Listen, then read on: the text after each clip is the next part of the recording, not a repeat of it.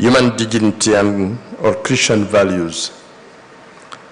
As the first Signis World Congress to be held in Africa, this gathering also provides an opportunity for the continent to share with the world its experience in developing professional Catholic media while confronting the misuse of traditional and social media that spreads division, hatred, and falsehood.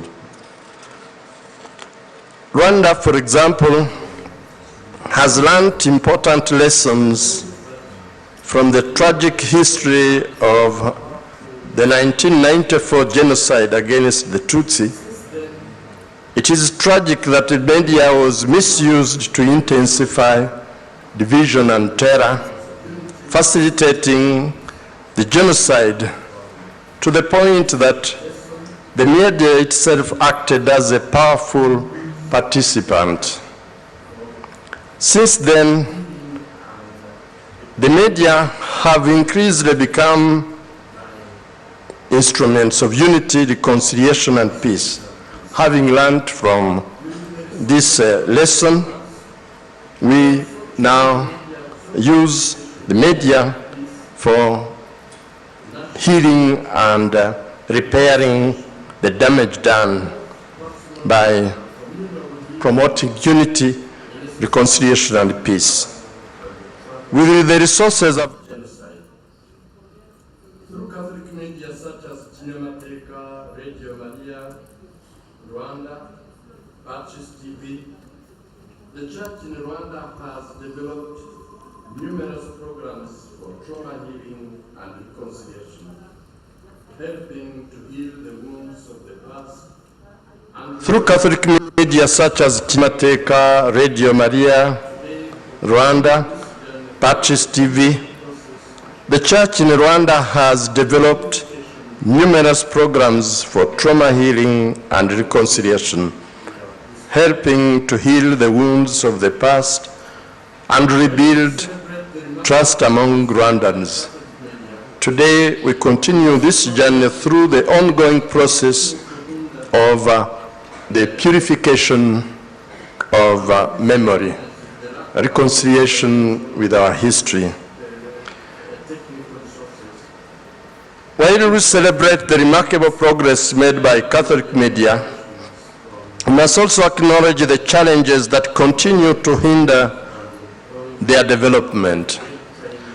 Among these challenges is the lack of adequate financial and technical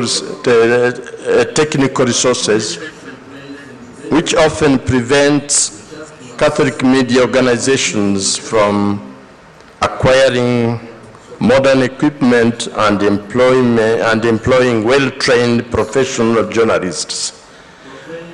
Given the vital role that communication plays in today's world, the Church must continue investing in Catholic media so that it can enlighten the society, proclaim the together in synodality, we may build together of emerging communication technologies.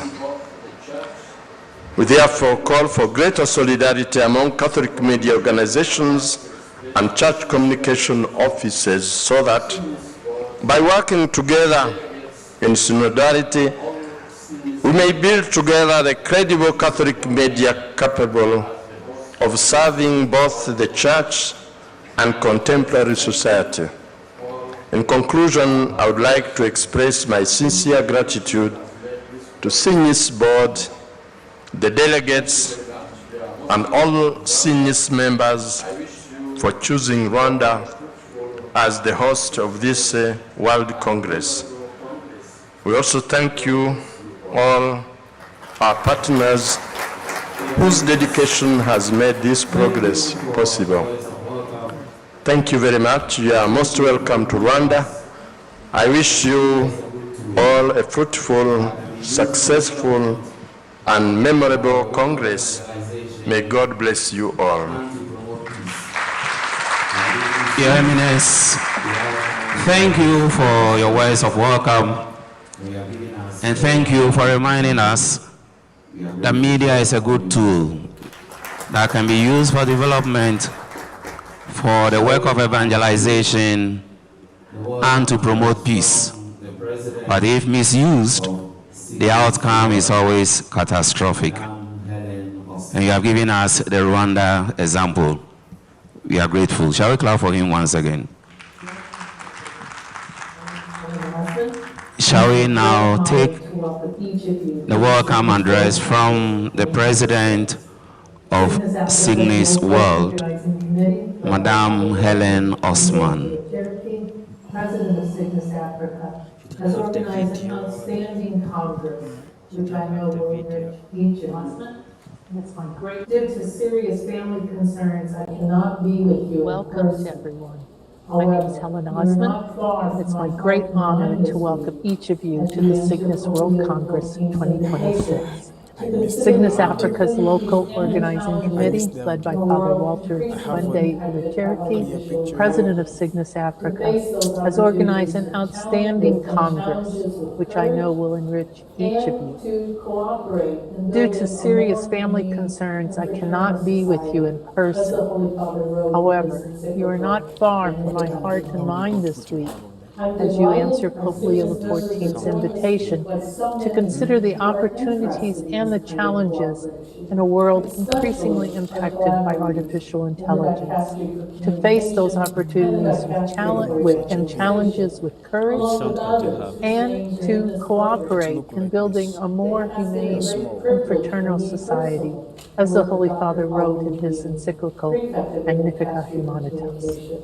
I'm delighted our Signis members are joined this week by so many who are interested in this kind of cooperation, especially our collaborators in the Dicastery for Communication and the Dicastery for Evangelization, along with others whose names are in this program. It has been a great privilege for me personally to work with Dr. Paulo Rufini, Prefect of the Dicastery for Communication, during my terms as President of Signis, as well as his entire staff, most notably Dr. Natasha Govakov, Theological Pastoral Director of the Dicastery for Communication, who has served alongside our Board of Directors. Thank you for your deep collaboration and encouragement over the years. We have special gratitude to Honorable Prime Minister Nsengirumbwa, to His Excellency Antoine Cardinal Kambanda, and to Archbishop Fortunatus Nawakachuku, Prefect for the Dicastery for Evangelization. Thank you for your leadership and support. Signis is the only organization of Catholic media professionals with an official status in the Holy See. Our statutes are overseen by the Dicastery for Laity, Family, and Life. Our mission is as follows: to engage with media professionals and support Catholic communicators, and to help transform our cultures in the light of the gospel by promoting human dignity, justice, and reconciliation. As the World Catholic Association for Communication, Signis brings together radio, television, cinema, video, media education, and digital communication professionals. Our daily work is being radically transformed by the AI revolution. Now, more than ever, in a world where democracy, freedom of expression, whether through religious freedom or freedom of the press, the environment, and our understanding of the dignity of the human person are all under enormous pressure. We need a strong network of communicators dedicated to transforming our cultures in the light of the gospel and in promoting human dignity, justice, and reconciliation. I pray your time in Kigali is an promote the work of evangelization, human dignity, and peace wherever we find. Madame Helen Osman, for those words of welcome. And again, the message is the same. As communicators, we are supposed to promote the work of evangelization, human dignity, and peace wherever we find ourselves. We shall now have the welcome address by the President of Signis Africa and the Chairman of the Continental Organizing Committee, Reverend Father Walter Ihejerika. Shall we clap for him?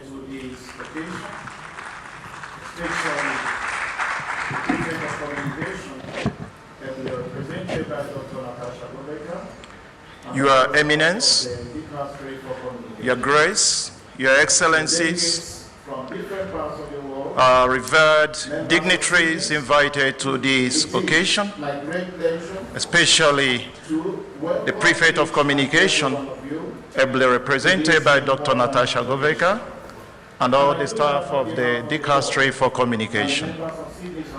The delegates from different parts of the world, members of Signis, it is my great pleasure to welcome each and every one of you to this important occasion.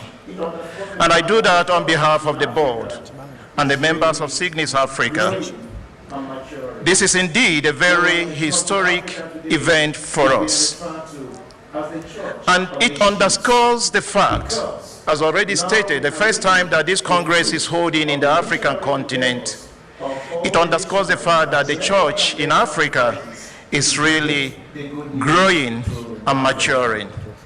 No wonder the church in Africa today is being referred to as the church of the sheep, because now we are reaping the fruit of the missionary endeavors of all the missionaries that labored and made sacrifices to bring the good news to Africa. With the approval of ecclesiastical authorities and the guidance of national offices of communication, Signis Africa has been able to provide the continental platform that brings together numerous priests, religious, and of this World Congress. So we just wish to express our deep gratitude and appreciation to the both within the continent and outside the continent. The fruit of this networking is the bidding and hosting of this World Congress. So we thus wish to express our deep gratitude and appreciation to the Vatican dicasteries who continue to provide ecclesiastical anchor for Signis, especially the dicastery for the laity, family and life, the dicastery for communication, and the dicastery for the evangelization of people. The leadership of SECAM also provided us the needed paternal support through the Episcopal Commission of Social Communication, CEPACS. We thank the immediate past president of CEPACS, Bishop Emmanuel Badejo of Oyo Diocese, Nigeria, and we also thank his successor, the late Bishop Bernardine Mfumbusa of Kondoa Diocese, Tanzania, who we were planning this Congress together, but unfortunately the Lord called him in April. Please, may I plead that we stand for a minute silence for Bishop Mfumbusa.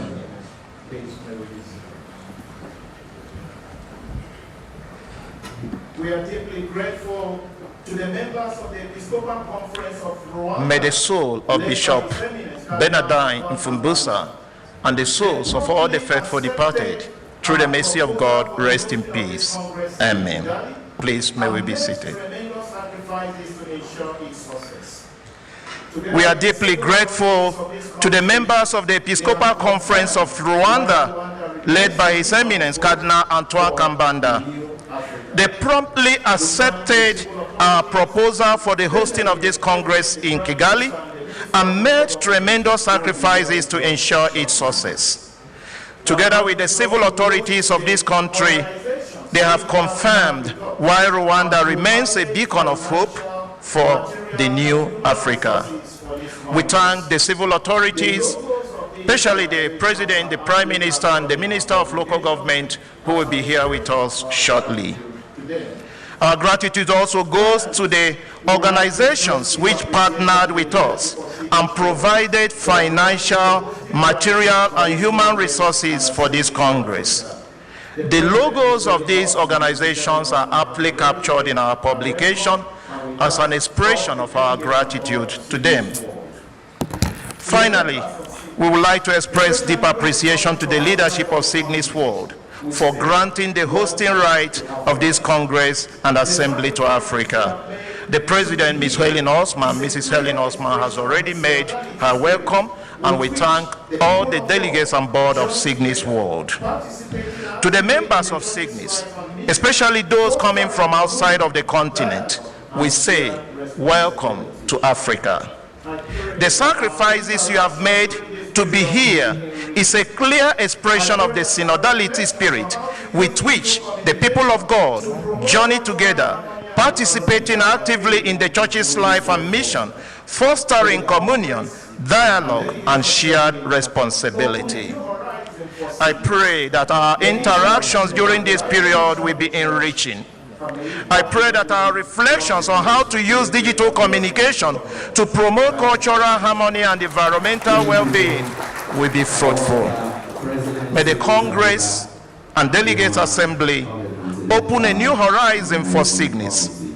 May it help in the evangelizing mission of the church, and may it ultimately contribute to the greater glory of God.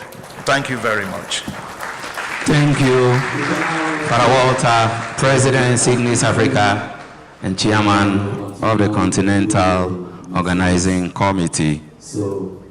Rwanda, a beacon of hope for the new Africa. Shall we clap for our hosts? We shall now take a musical interlude, and then we'll continue with the goodwill messages. So, our technical people, can you help us?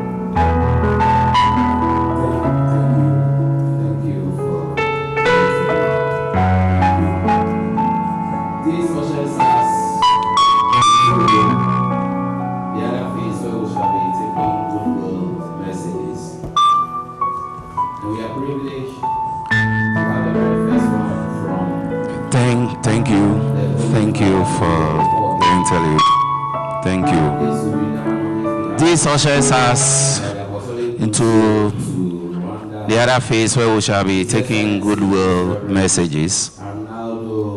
And we are privileged to have the very first one from the Holy Father, Pope Leo XIV. And this will be done on his behalf by the Apostolic Nuncio to Rwanda, His Excellency Most Reverend Arnaldo Catalan. Your Excellency, kindly give us the message of the Holy Father. Please, anytime I invite our speakers, please acknowledge them. They're receiving a finding that the longer you clap, the longer your life. Do you want to live long? Then clap them all. Clap, clap, clap, clap. Organizers and delegates, Your Eminence, my dear brother bishops, distinguished representatives from the government of Rwanda, respectable representatives from the dicasteries of the Holy See, Signis organizers and delegates, my dear brothers and sisters in Christ. Good morning. I have the privilege of reading to you the message of the Holy Father, Pope Leo XIV, that was sent to us by the Secretary of State of the Holy See.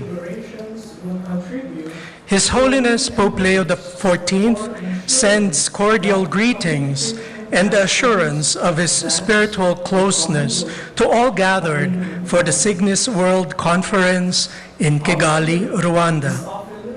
It is his hope that your deliberations will contribute to a new impetus for ensuring that communication platforms advance the common good of the human family.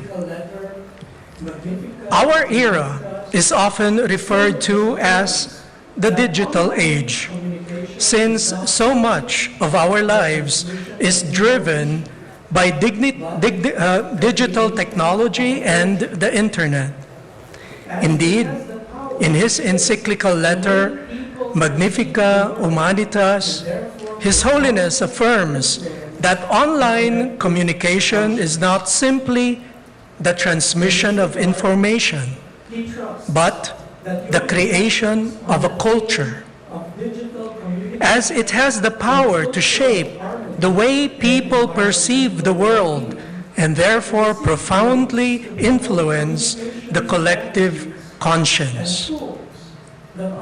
In this regard, he trusts that your reflections on the theme of digital communication for cultural harmony and environmental well-being will seek ways to promote communication strategies and of environmental stewardship by the pursuit of truth and the respect for human dignity. In this way, your work will lead to a culture that reflects the gospel values of communion, of peace, and of environmental stewardship.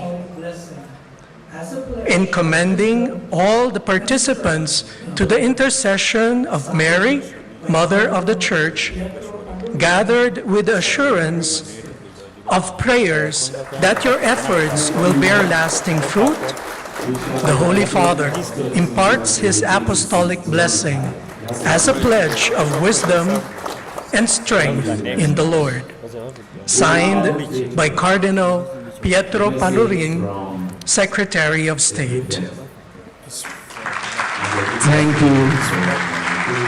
We shall be appreciating the Apostolic Nuncio until he takes his seat, so don't be tired. Let's continue. Thank you very much. We'll now take a message from the prefect of the Dicastery for Communication via video. And so we'll now listen to Dr. Paul. Although I deeply regret not being able to attend in person the first American election in the Signis World Congress, I'm truly grateful for the chance to share a few thoughts with you through this video message. Dear friends, warmest greetings to all of you from Rome. Although I deeply regret not being able to attend in person the first American edition of the Signis World Congress, I am truly grateful for the chance to share a few thoughts with you through this video message. At the same time, never before have we possessed such powerful tools to connect with one another like the one we are using now. Yet, a mere digital connection is not the same as a communication-based relationship. We all know that. Looking at each other through a screen is not exactly the same as shaking hands and feeling the warmth of a presence. Looking into each other's eyes, feeling the other person's heart. We enter the digital age believing that more connection would naturally create more understanding. Instead, we keep discovering also the virus of isolation, fragmentation, and fake intimacy shaped by algorithms more than by true encounter. A digital like is not the same as a smiling person, we know.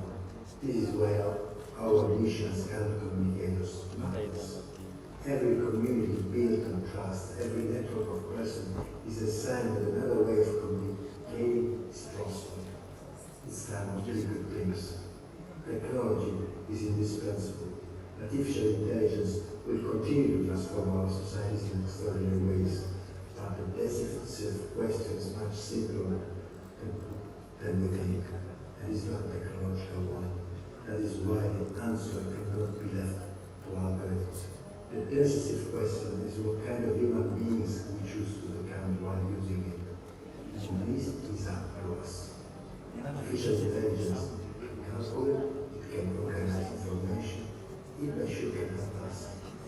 It can also imitate language, but it cannot replace true wisdom, which is born from freedom. What kind of human beings? The decisive question is what kind of human beings we choose to become while using it. And this is up to us. Artificial intelligence can calculate, it can organize information, it may sure can help us. It can also imitate language, but it cannot replace true wisdom, which is born from freedom, personal experience, responsibility, and most of all.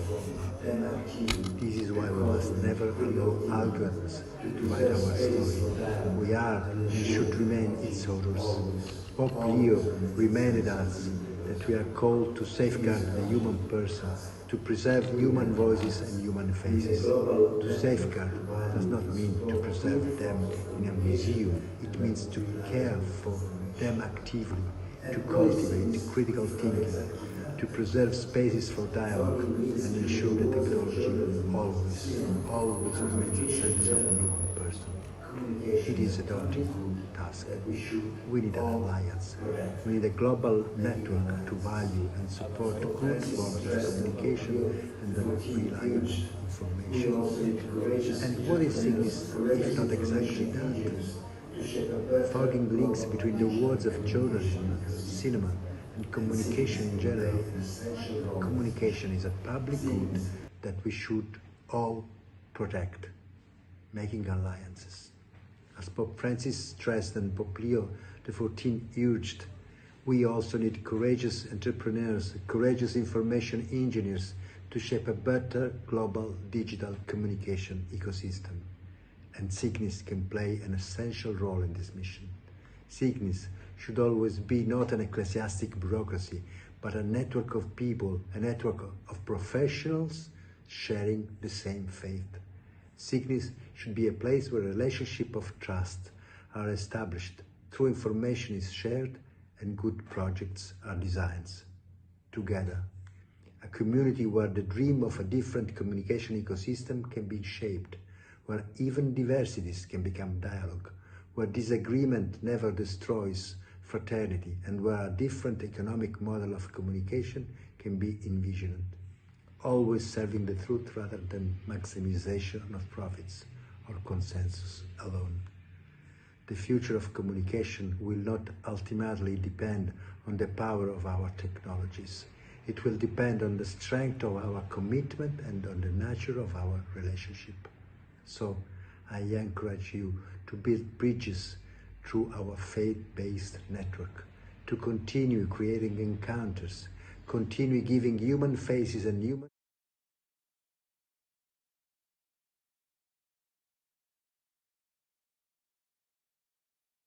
we can still offer our societies is not a smarter machine, but a more human way of communicating. Together we can. Thank you, and I wish you a blessed Congress. Thank you so much.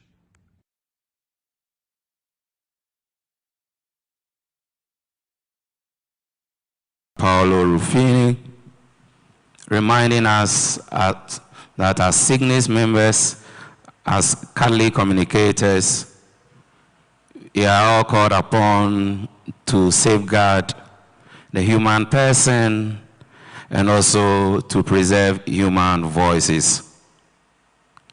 Above all, we are supposed to serve as bridges through our faith-based network. Shall we clap for him once again? We will now have a message from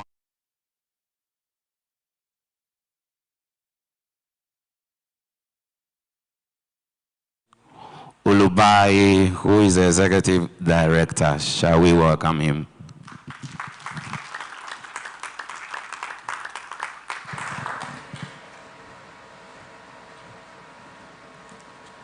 Your Eminence, Anton Cardinal Kambamba, Your Excellencies, dignitaries, ladies and gentlemen, good morning. Here today in Kigali at the first Signis World Conference ever held on the African soil.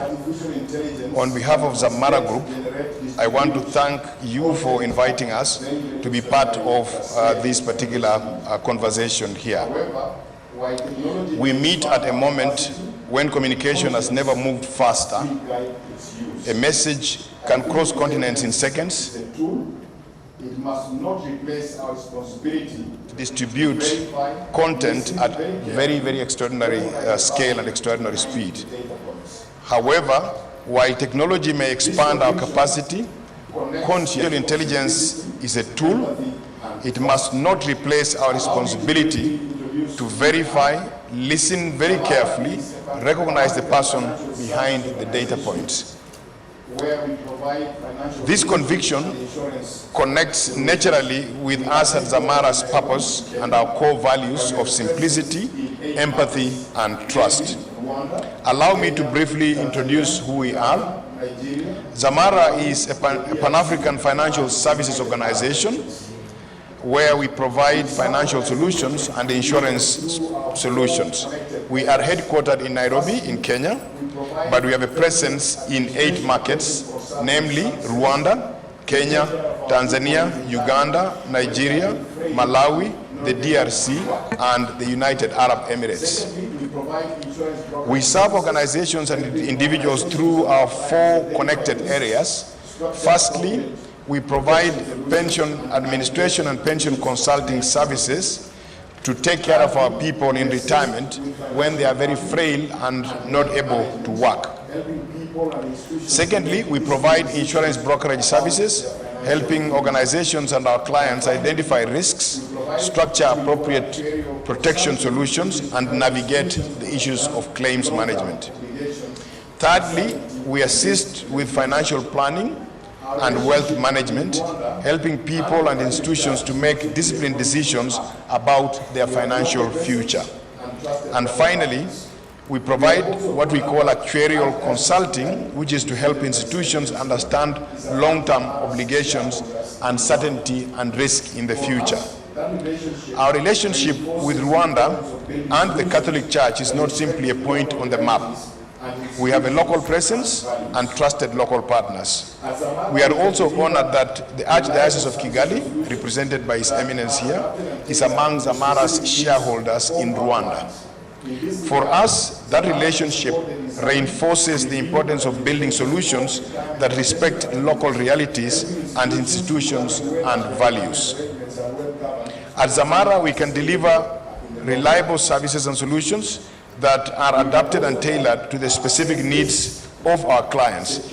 In this regard, Zamara can support the design, review, and administration of retirement and pension arrangements, helping institutions determine whether their retirement arrangements are well governed and are sustainable in the long run.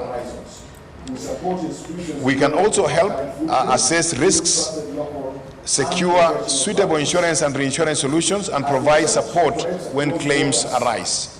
We can provide practical financial planning and wealth management support, building around real goals, responsibilities, and time horizons. We support institutions beyond our current footprint through trusted local and professional partners. As the church operates across borders, Zamara can bring together expertise from our existing markets while developing partnerships in regions where we do not have a physical office. Local presence matters, but our partnerships are not limited to geography. Zamara understands both the financial realities of operating in Africa and distinctive stewardship responsibilities of the church. We are therefore prepared to work with the church through trusted local solutions and local structures, professional partners, and solutions designed for applicable legal, financial, and cultural context. As I close, I would like to reiterate that responsible communication and responsible financial stewardship begin in the same place. Both begin with honesty and trust. Both require accuracy and transparency. As we develop our communication, as we develop our financial stewardship, we must be accurate and very, very transparent. Both require us to look beyond the immediate moment, which is the moment of today, and consider the people who will live with the consequences of the decisions that we make today. Zamara is ready to listen, to advise, and to partner. Thank you very much for listening to me. Thank you, Mr. James Ulubai from Zamara. We have the second message from our partners, and this is from Inesi Ruhengeri. It will be done by the Director of Quality, Dr. Jean Bosco Bujengo. Dr. Jean Bosco Bujengo, shall you please? Okay, thank you. Shall we welcome him? It is a great honor to persuade this business-worthy Congress. Distinguished President of Signis, Your Eminent, estimated delegate partners, ladies and gentlemen, good morning. It is a great honor to persuade this precious Signis-worthy Congress 2026 and share the vision of Ines Ruhengeri on how higher education can contribute to the cultural harmony and environmental well-being through responsible digital communication. I sincerely thanking Signis for bringing together educators, communicators, researchers, and development partners who believe that communication is a powerful force for peace, inclusion, and sustainable development. INES has been established in 2003. INES is a private university located in Musanze, northern part of Rwanda. Our mission is to provide quality, practical-oriented education that develops competent professionals, promotes innovation and research, and contributes to sustainable socio-economic development. Today, we are serving more than 8,200 students, including over 1,670 international students from across Africa and beyond. Since our establishment, we have graduated more than 13,000 professionals who are making valuable contribution in Rwanda, East Africa community, and other parts of the world. The theme of this Congress, digital communication for cultural harmony and environment well-being, strongly reflects Our institution vision. Digital technology have transformed the way we are learning, communicate, and collaborate. However, their true value lies not in technology itself, but in how we use technology to promote dialogue, preserve cultural diversity, strengthen communities, and protect our environment. At Signis-Kigali, we believe university has a responsibility to educate graduates who are not only digital skilled, but also ethical communicators capable of addressing today's global challenges. Allow me to highlight three priorities that guide our work and offer opportunity for international collaboration. First, we believe in partnership that create lasting impact. Our experience has taught us that successful partnerships are built on shared goals, measured outcomes. We are committed to collaborating with universities, media, organizations, research institutions, technology companies, and development agents that strengthen digital education, media literacy, research, innovation, and community engagement. Today, we can develop solutions that empower young people to become responsible digital citizens and readers to positive social change. Secondly, we embrace digital innovation as a tool for cultural harmony and sustainable development. Digital communication enables us to preserve cultural heritage, promote intercultural dialogue, and raise awareness of environment challenges. Through teaching, research, and innovation, we encourage our students to use digital technologies to solve real-world problems while respecting human dignity, culture, diversity, and environment. Thirdly, we recognize environmental well-being is shared responsibility. Being located in a volcano park, near Volcano Park, Ines understands the importance of protecting our natural heritage. We believe digital communication can play a critical role in climate education, environmental awareness, and encouraging sustainable practice within our environment. Ladies and gentlemen, the challenge facing our world cannot be addressed by individual institutions working alone. They require strong international partnership based on trust, innovation, and mutual learning.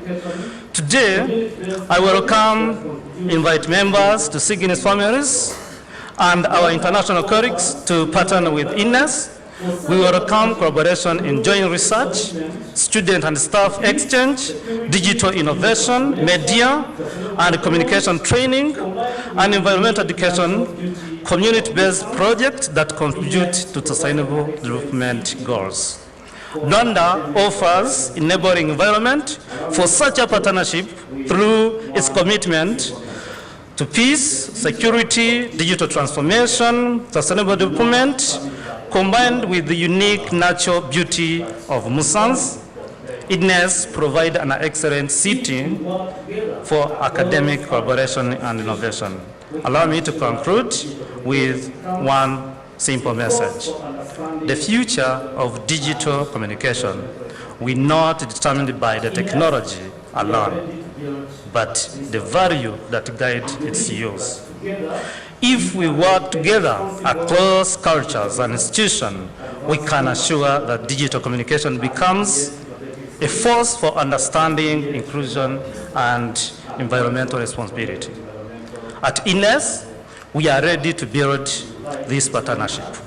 We believe that together we can educate responsible digital readers, advance impactful research, and create innovative solutions that can create a more peaceful and culture-connected environmental sustainable world. We invite you to join us in this journey.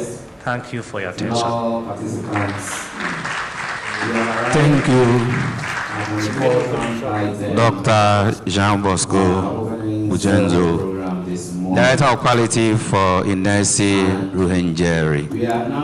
Your Excellencies, our special guest, and all participants, we have arrived at an important item on our opening ceremony program this morning. And we are now about to take a message from the government of Rwanda. And this will be done by Dr. Felicien Usengu Muchiza, who is the Deputy Chief Executive Officer of Rwanda Governance Board. Doc, we are ready to take the message from the government of Rwanda. Please, shall we do the honors?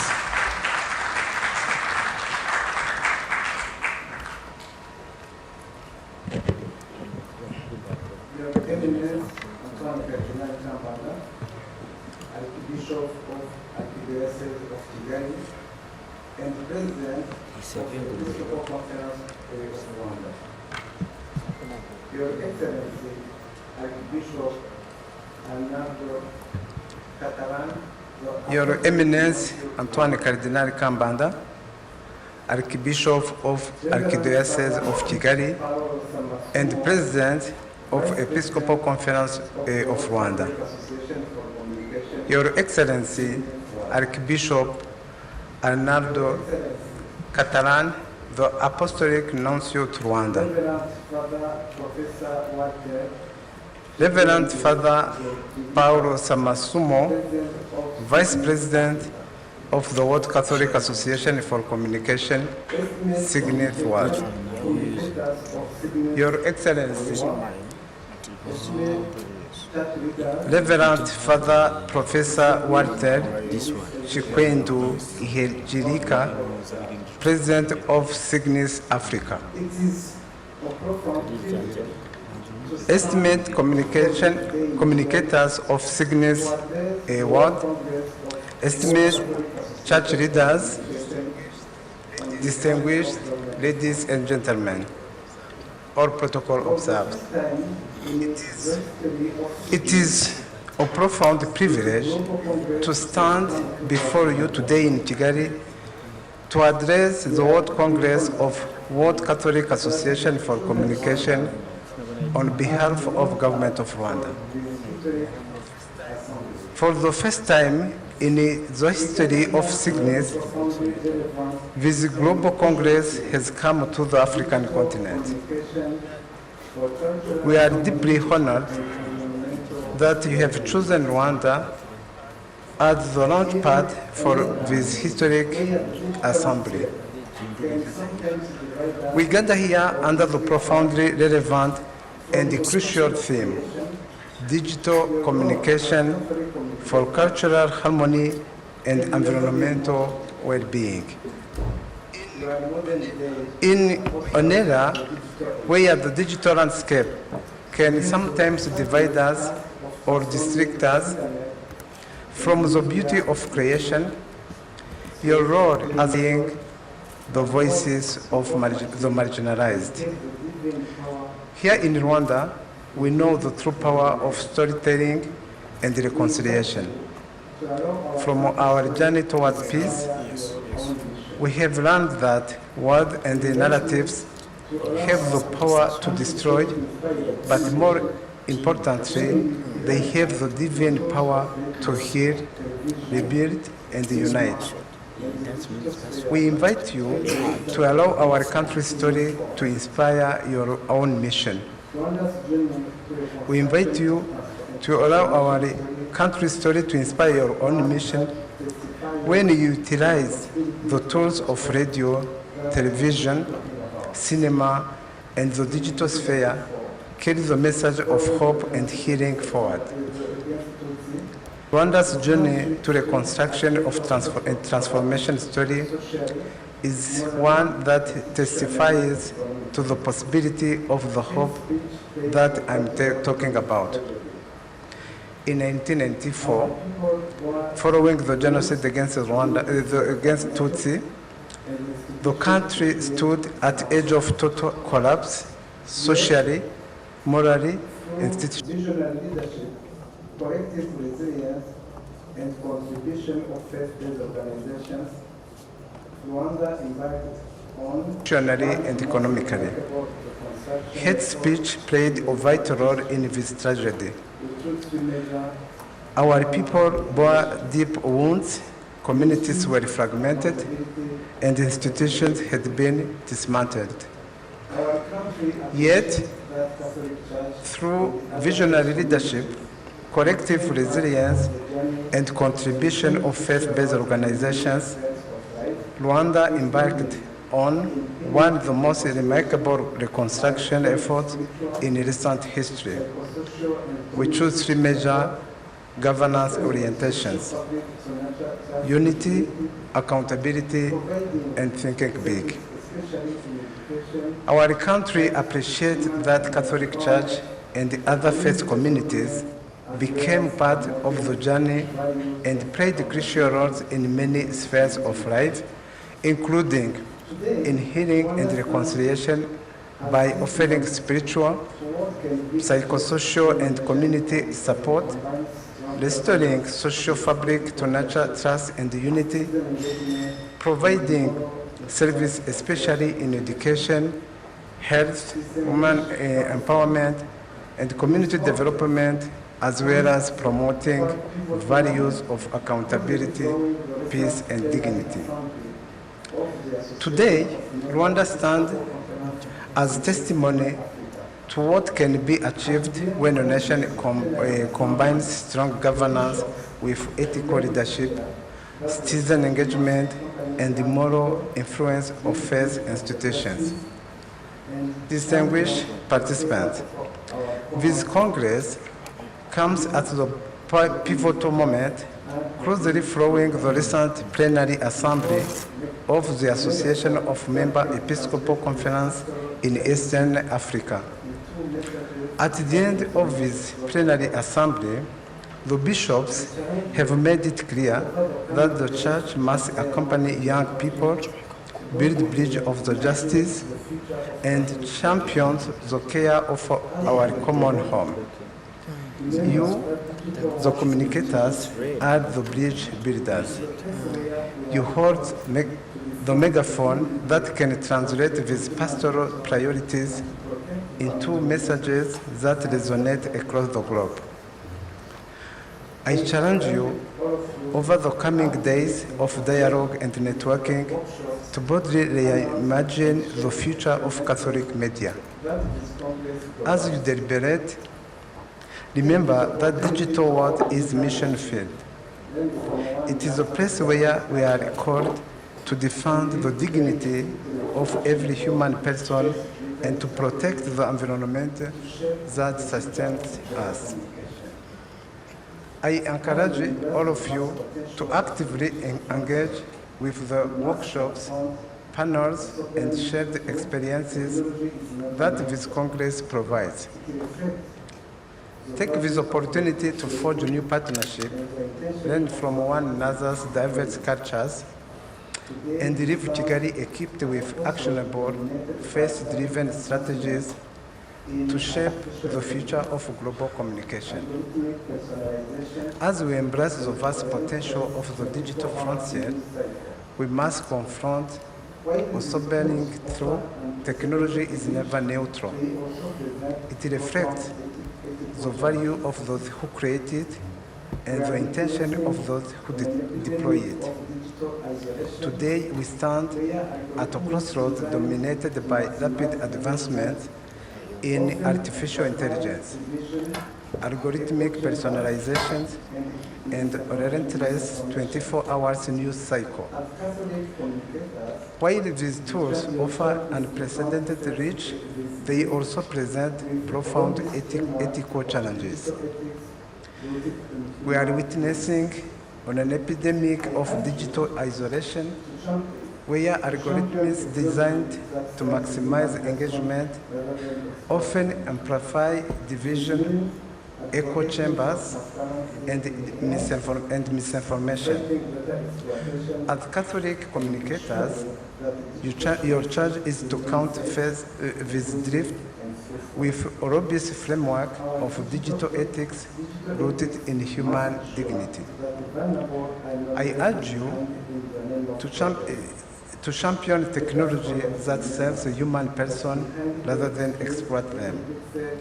This means advocating for transparency in AI, fighting data exploitation, and ensuring that the digital spaces remain safe, inclusive, and truthful. Our digital ethics must ensure that the vulnerable are not left behind in the name of progress.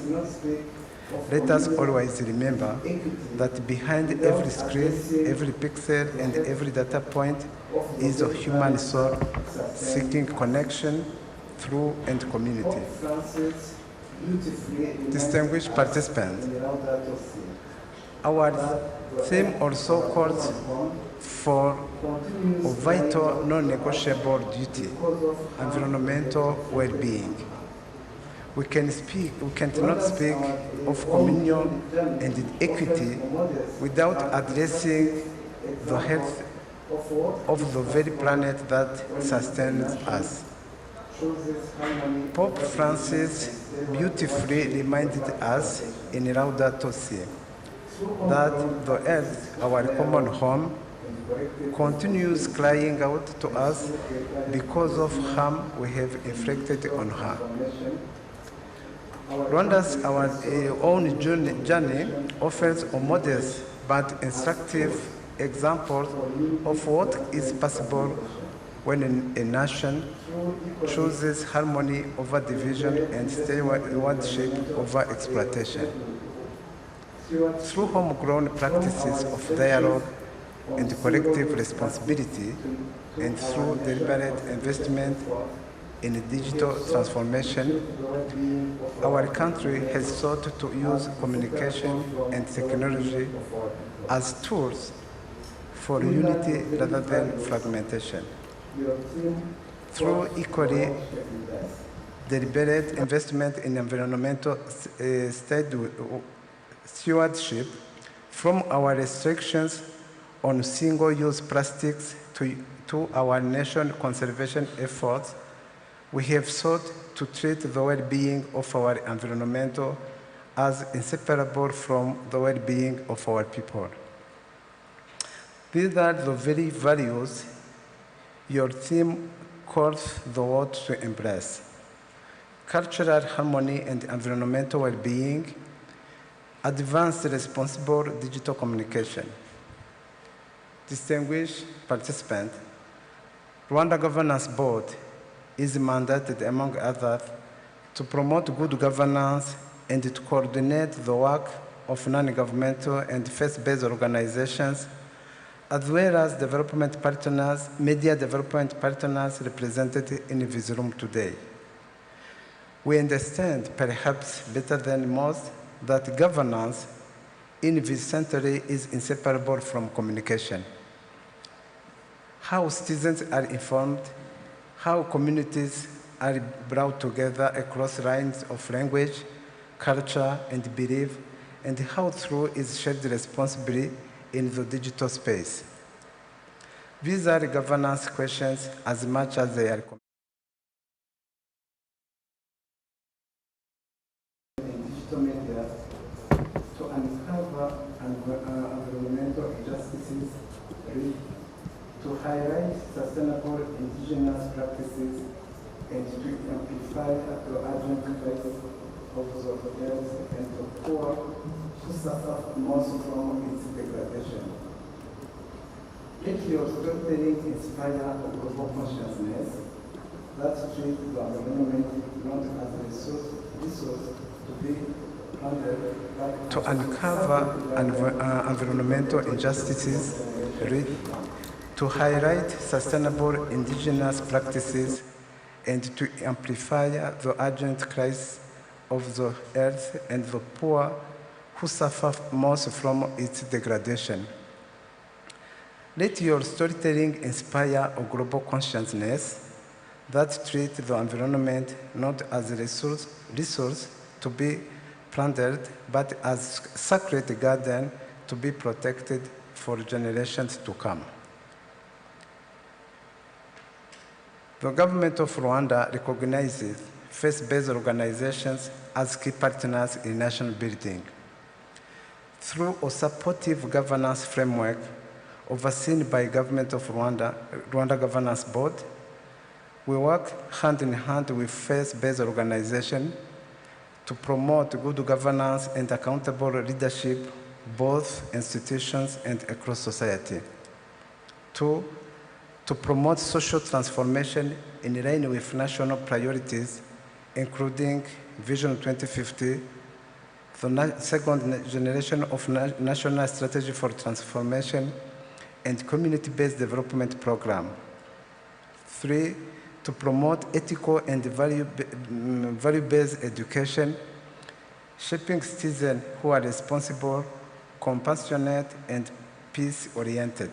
And finally, to promote inclusive service delivery, especially vulnerable communities, aligning with our long-term commitment to equity and social justice. Distinguished guests, religious preaching plays a vital role in nurturing spiritual growth and community cohesion across diverse faith traditions. However, in a pluralistic society like Rwanda, deeply committed to unity, social cohesion, and resilience, and nation building, it is essential that religious messages contribute positively to social harmony and reflect the core values that define Rwandan identity. On behalf of the government of Rwanda, through the Rwanda Governance Board, I reaffirm our commitment to strengthening the partnership with faith-based organizations locally, regionally, and globally as we continue building a nation and a globe defined by unity, prosperity, and dignity. As I conclude, I particularly commend the Episcopal Conference of Rwanda and its partners for organizing this important event. For our guests from all over the world, I wish you good stay in Rwanda. Please feel at home. I wish you fruitful deliberations and successful consultations. With these remarks, it is indeed my great honor and privilege to officially declare the Signis World Congress Kigali 26 open. I thank you for your kind attention.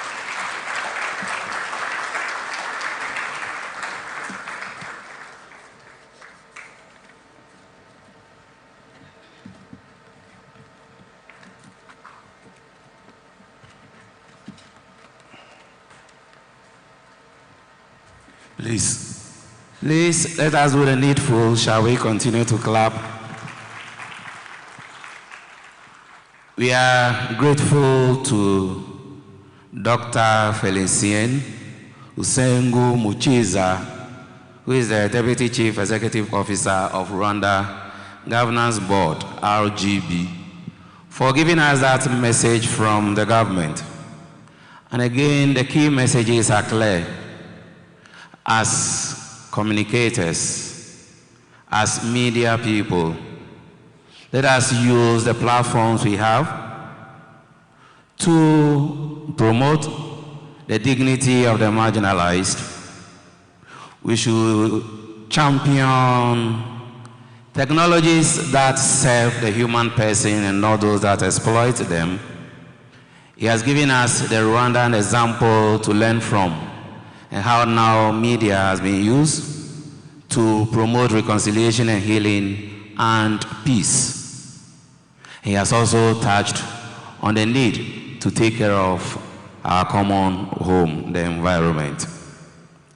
With this comes to an end our messages for this morning. We shall have some group photographs. The first one will be with the guests of honor and bishops here present. Please, you'll be directed to come here. After that, the bishops will go back to their seats, And our other special guests who are sitting in front here would also join the guests of honor for the photograph. And then all of us will go out for the bigger group photograph. After that, we shall have health break. We shall have tea break. I am tempted not to say coffee break because I don't want you to think that I'm the one coffee being broken. So I don't want to say coffee break. So we shall have health break, tea break, coffee break, and our bishops and our dignitaries will go to the left side, my left side of the hall. All of us, the rest of us, will go to the pool side for our tea break. So we will now have the photographs, first with the bishops and our guests of honor. Those directing kindly come and do the needful. Thank you very much for your cooperation. Thank you very much for everything. Shall we clap for ourselves? And I've been Father Kofi from Ghana, who has moderated these parts of our opening ceremony. Once again, thank you and God bless you.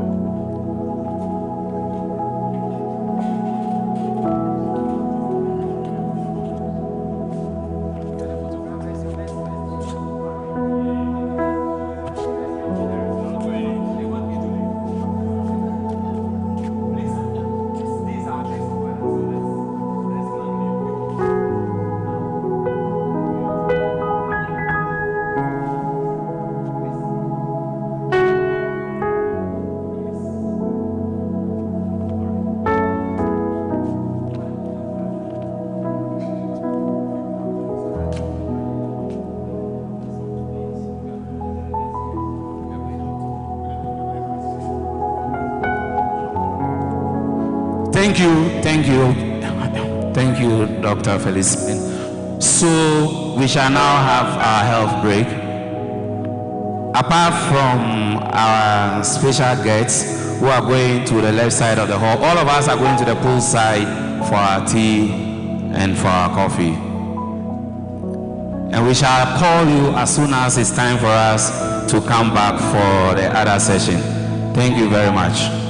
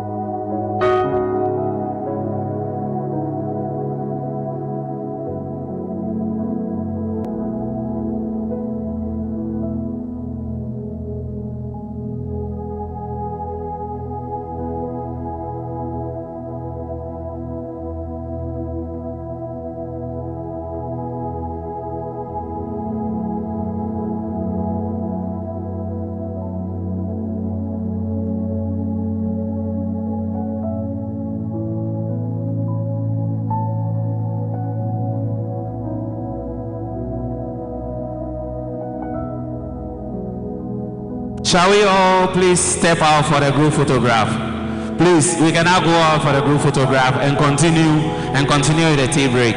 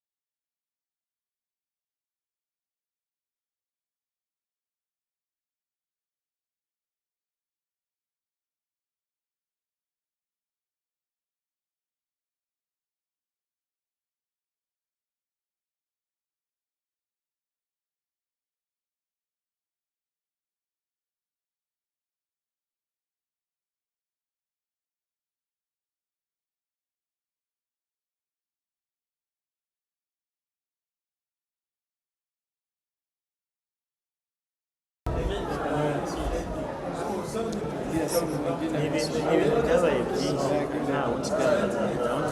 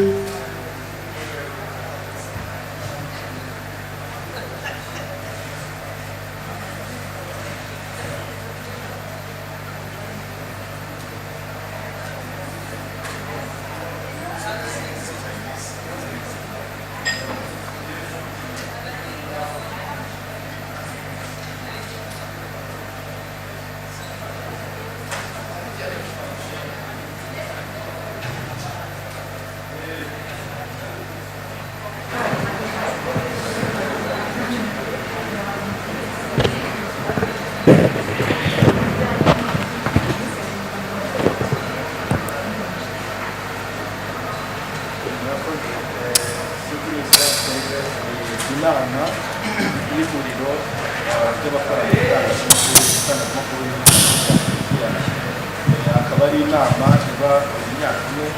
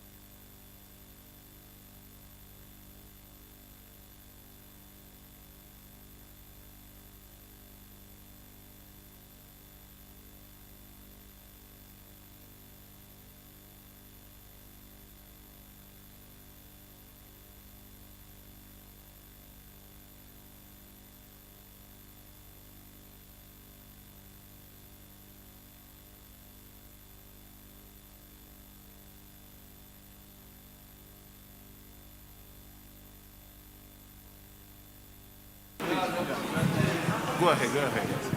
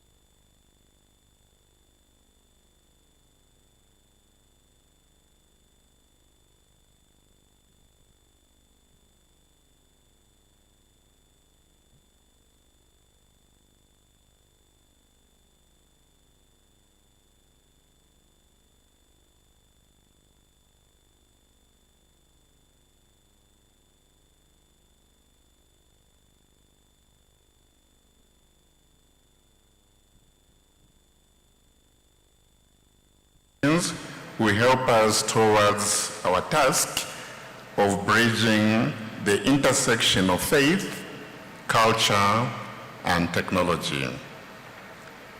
His Grace Archbishop Fortunatus Nwachukwu, as you probably already know, is the Secretary of the Dicastery for Evangelization, the Section for First Evangelization, and distinguished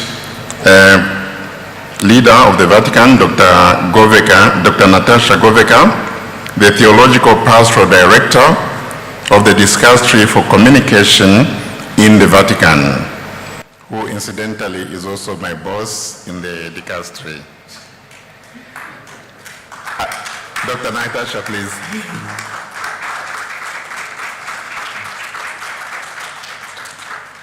At the end of the two presentations, we'll have a moment when you can ask your questions, maybe make a comment and so on. But for now, please welcome His Excellency Archbishop Nwachukwu for the first presentation.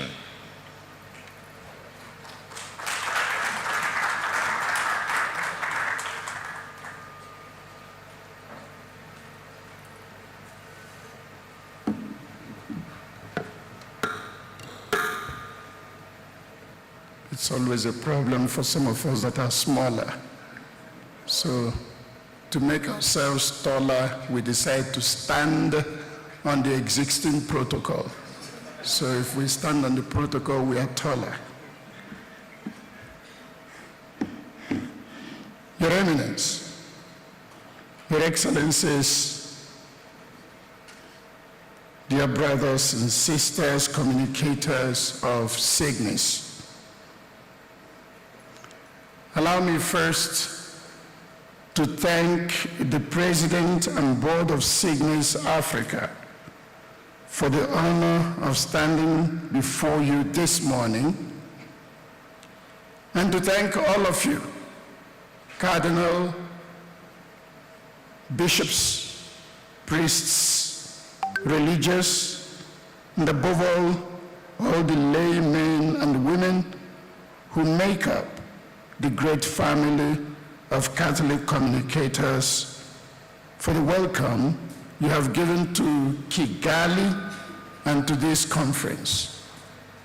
Permit me in a special way also to salute the presence of the Pope's ambassador in this country, the Apostolic Nuncio, and my friend, and also to salute in a special way the representative of the government who was presented to me as I just arrived during the coffee break. I don't know whether he has left the assembly.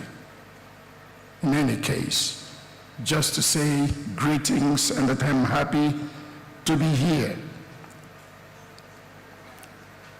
You know, for more than 2 decades, this World Congress has traveled from Rome and Lyon to Chiang Mai, and from Quebec to Seoul.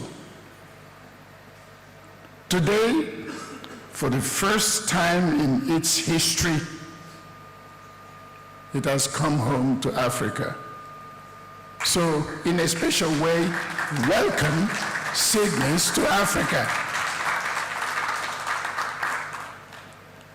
Please know that this is not a small thing to be taken for granted. It tells the Universal Church what many of us have long known and have been trying to say, and that is that the church in Africa has come of age, and that her voice, her energy, and her hope have something essential to offer to the whole communion of believers. The voice of the church in Africa is no longer and should no longer be treated as the voice of a baby in a crib. Some of you have heard me say this before. Permit me to dwell a little bit on this analogy. You know that when you bring a baby in a crib into a hall where adults are engaged in conversation, and during the conversation, if the baby begins to raise its voice to say something, the adults do one or two things. They either hush the baby up and say, please, keep quiet. Adults are in conversation. Or they will also be more gentle. They will tell one of the people, please go and find out what is disturbing the baby. Give it some milk. Put some chucho, some water bottle into the mouth so that it will keep quiet and enjoy the milk. Now, that is because the voice of the baby in the crib is not considered as a voice of contribution. It is perceived as a distraction. Now, for a long time, the African voice was treated as such by many persons and in many spheres.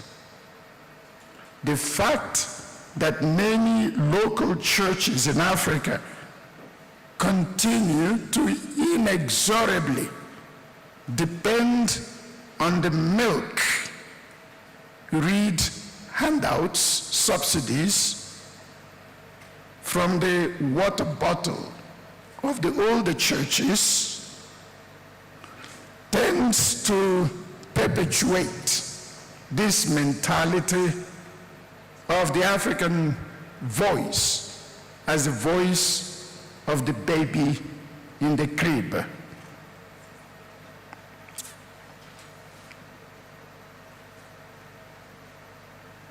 It is time for the churches in Africa to wake up and start behaving at least like teenagers, if not like full-fledged adults, capable of providing much of their basic needs. As long as we go all the time, hat in hand, begging for milk, we shall be treated like babies in the crib. This conference is making a point that the voice of Africa is now meriting universal attention in the church and should no longer be treated as the voice of the baby in the crib. Sorry for that digression. You have asked me to reflect from the perspective of the Dicastery for Evangelization on the theme which gives shape to this Congress, and that is digital communication for cultural harmony and environmental well-being. Cultural harmony and environmental well-being. This is a theme that touches at once two wounds of our time: the wound of division among peoples and cultures, and the wound inflicted upon our common home. I wish to suggest to you this morning that both wounds are healed or are worsened by the same factor: the way we communicate. Let me now talk about the digital highway that runs through every culture. My first observation regarding digital communication is the fact that the digital highway runs through every culture. We live in an age in which communication no longer simply describes the world, it forms the world. A short video filmed in Kigali, here in Kigali, can be watched in Manila within minutes. A homily preached in a small parish in the highlands of Kilimanjaro can reach a diaspora community in Brussels before the final blessing of the Mass is given. The internet has collapsed geography, and in doing so, it has placed an extraordinary instrument of encounter or of division in the hands of a single generation, our generation. This is precisely why the theme of cultural harmony is most appropriate on the beginning day of this Congress. Digital communication, left to the logic of algorithms alone, may tend to promote outrage rather than understanding, focus on the tribe rather than the neighbor. It will likely engender and foster tribalism rather than communion and solidarity. Such digital communication based solely on algorithms tends to reward what is loud, not what is true, what is polarizing, and not what is reconciling. This is because technology, after all, is never a neutral instrument. It carries within it the values, the interests, and often the blind spots of those who design, finance, and deploy it. The question then is not whether the digital highway will shape culture. It already shapes culture.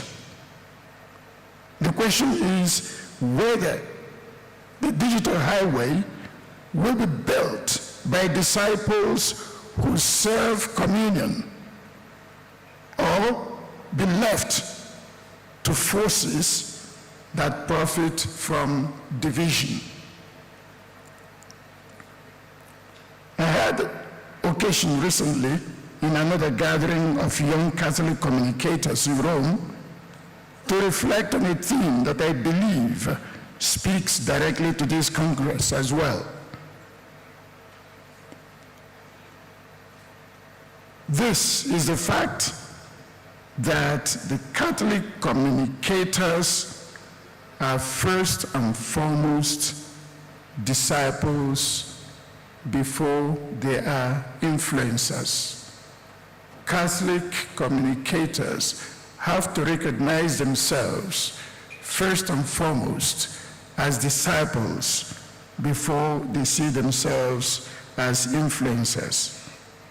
We remember that when our Lord gave the final command, and I quote, "Go therefore and make disciples of all nations," Matthew chapter 28, verse 19, he was not addressing only or even primarily specialists in media.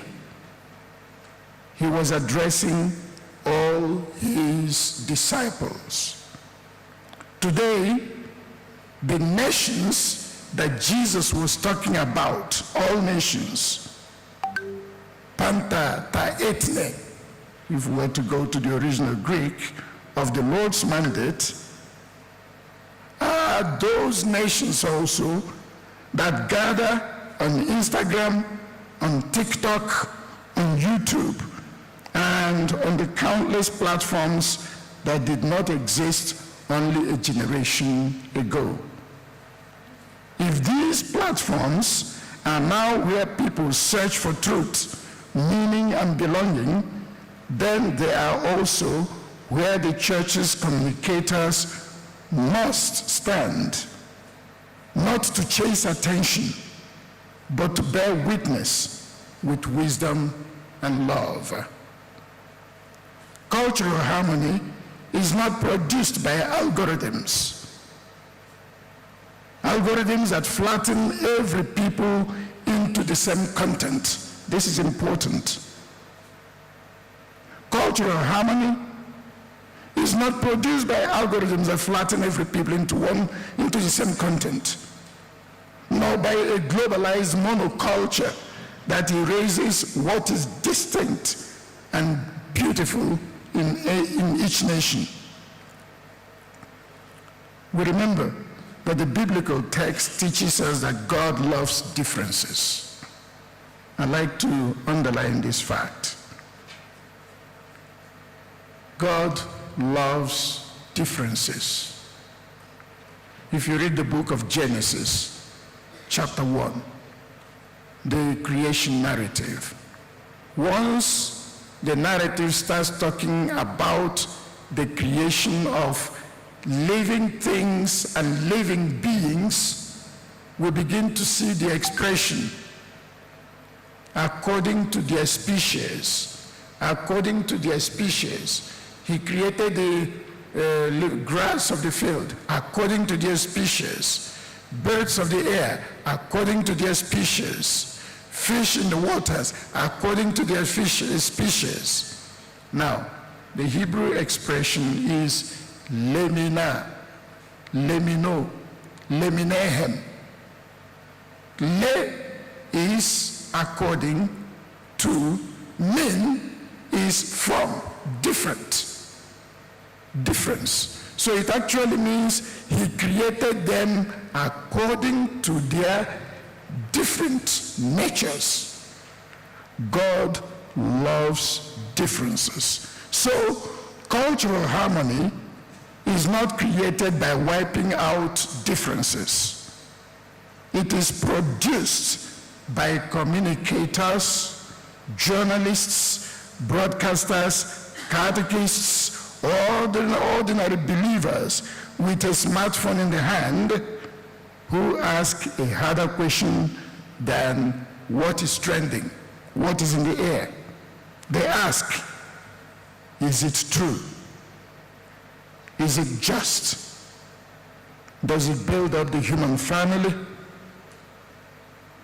We have to keep in mind that prayer of Jesus to the Father, and I quote, consecrate them in the truth. Your word is truth. John chapter 17, verse 17. Trends change with every algorithm and every season. Truth does not change. This is the heart of what Pope Leo XIV calls a Magnificat Humanitas, and I quote, ecology of communication, unquote. It is a call for transparency in how content reaches people, for serious journalism grounded in verification, and for a communication that serves persons rather than commercial logic alone. Cultural harmony, in other words, is not a matter of managing our differences more efficiently. It is a matter of communicating truthfully enough and lovingly enough that our differences become a source of beauty, a source of enrichment, rather than of fracture. In this regard, permit me to further underline a particular dimension of your vocation as Catholic media professionals before I turn to the question of our common home.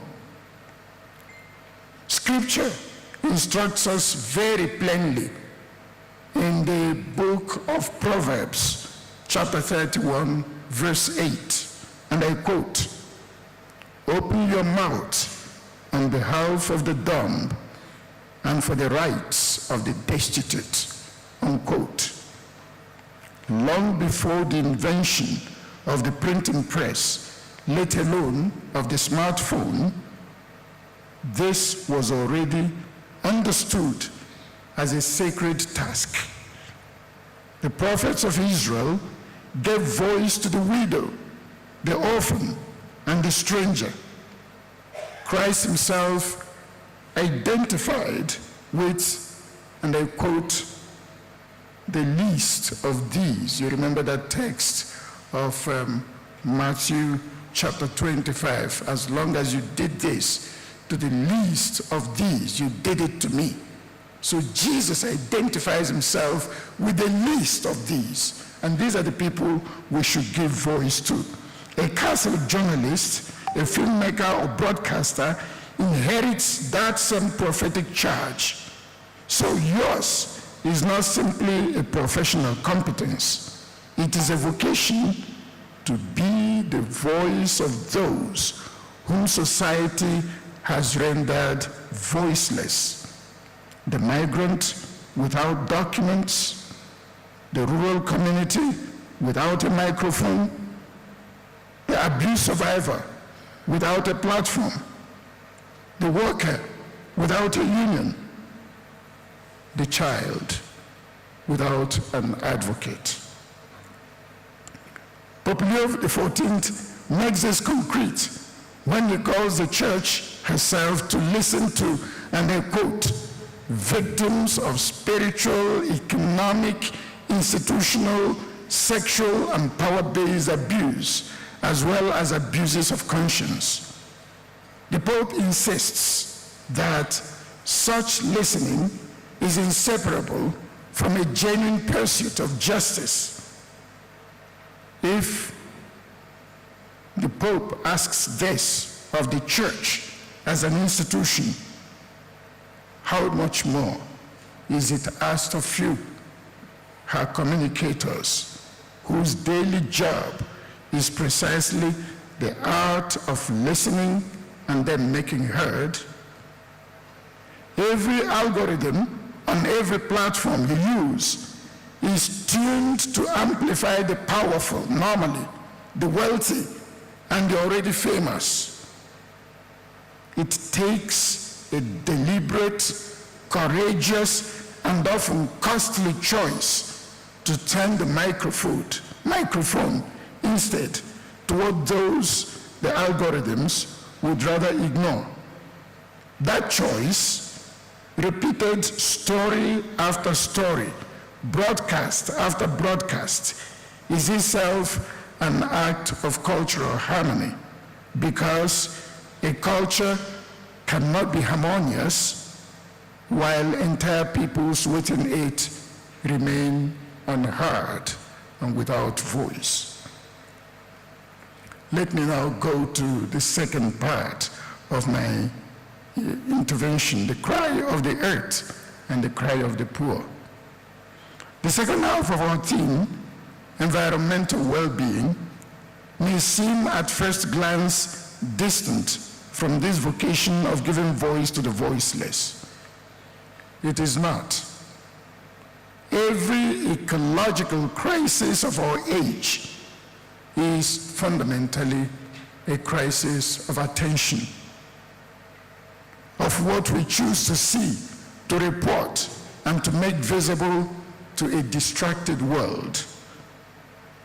As Pope Francis taught us in Laudato Si, his encyclical letter on the care of our common home, and as the Church continues to insist, a true ecological approach must integrate questions of justice so as to hear both the cry of the earth and the cry of the poor.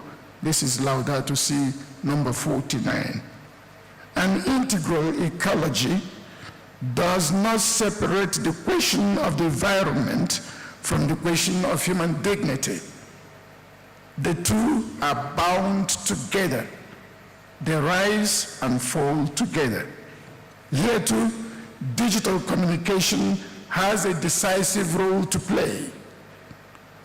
It can make visible what the powerful would prefer to keep hidden. the drought in one region, the flooding in another region, the community displaced by the extraction or mining of resources it never consented to. It can also bury these realities beneath an endless stream of distractions. Every genuine advance in technology ought to be judged by a demanding standard. Does it make us more humane and more fraternal, more capable of caring for our common home and for those who will inherit it? This is a question every Catholic communicator in this hall can ask of their own work this week and every week. Does what I publish today help someone care more for their neighbor or more for the earth they share with them? Magnificat Humanitas begins with a striking image, one I commend to you as you return to your newsrooms and studios.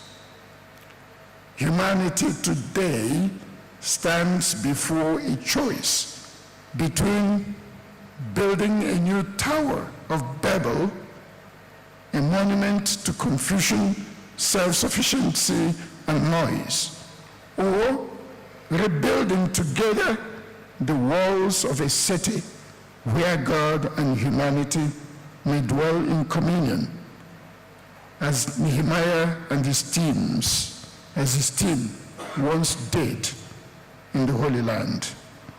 If you read the books of Ezra and Nehemiah, you'll find the story. Every article you write, every image you post, every documentary you produce is a brick laid toward one city or the other, a new Tower of Babel or a new city of God. There is no neutral construction site.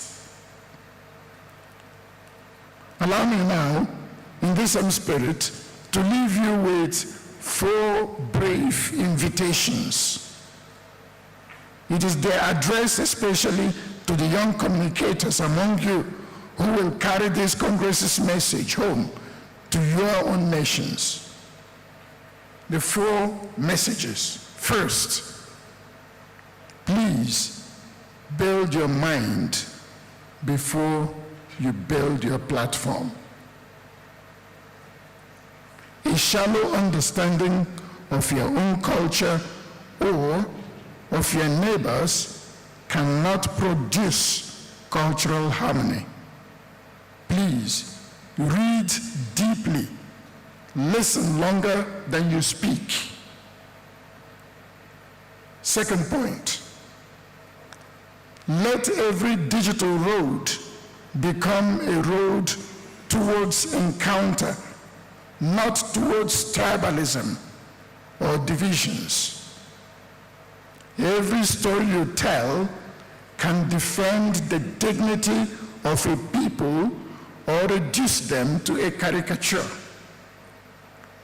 Please choose the former, even when you will likely have more clicks with the latter. Third, make care for creation part of the story you tell, not an afterthought to it. The environmental crisis will not be resolved by regulation alone. It requires a change of heart. And hearts are moved by stories that are told. Fourth, please remember that artificial intelligence can assist your research, but it can never replace you in giving witness, in bearing witness. Pope Leo XIV reminds us that human beings possess, and I quote, and infinite dignity, inalienably grounded in their very being, unquote, a dignity no machine can share and no algorithm can confer. So let technology serve your mission. Never let it replace your conscience.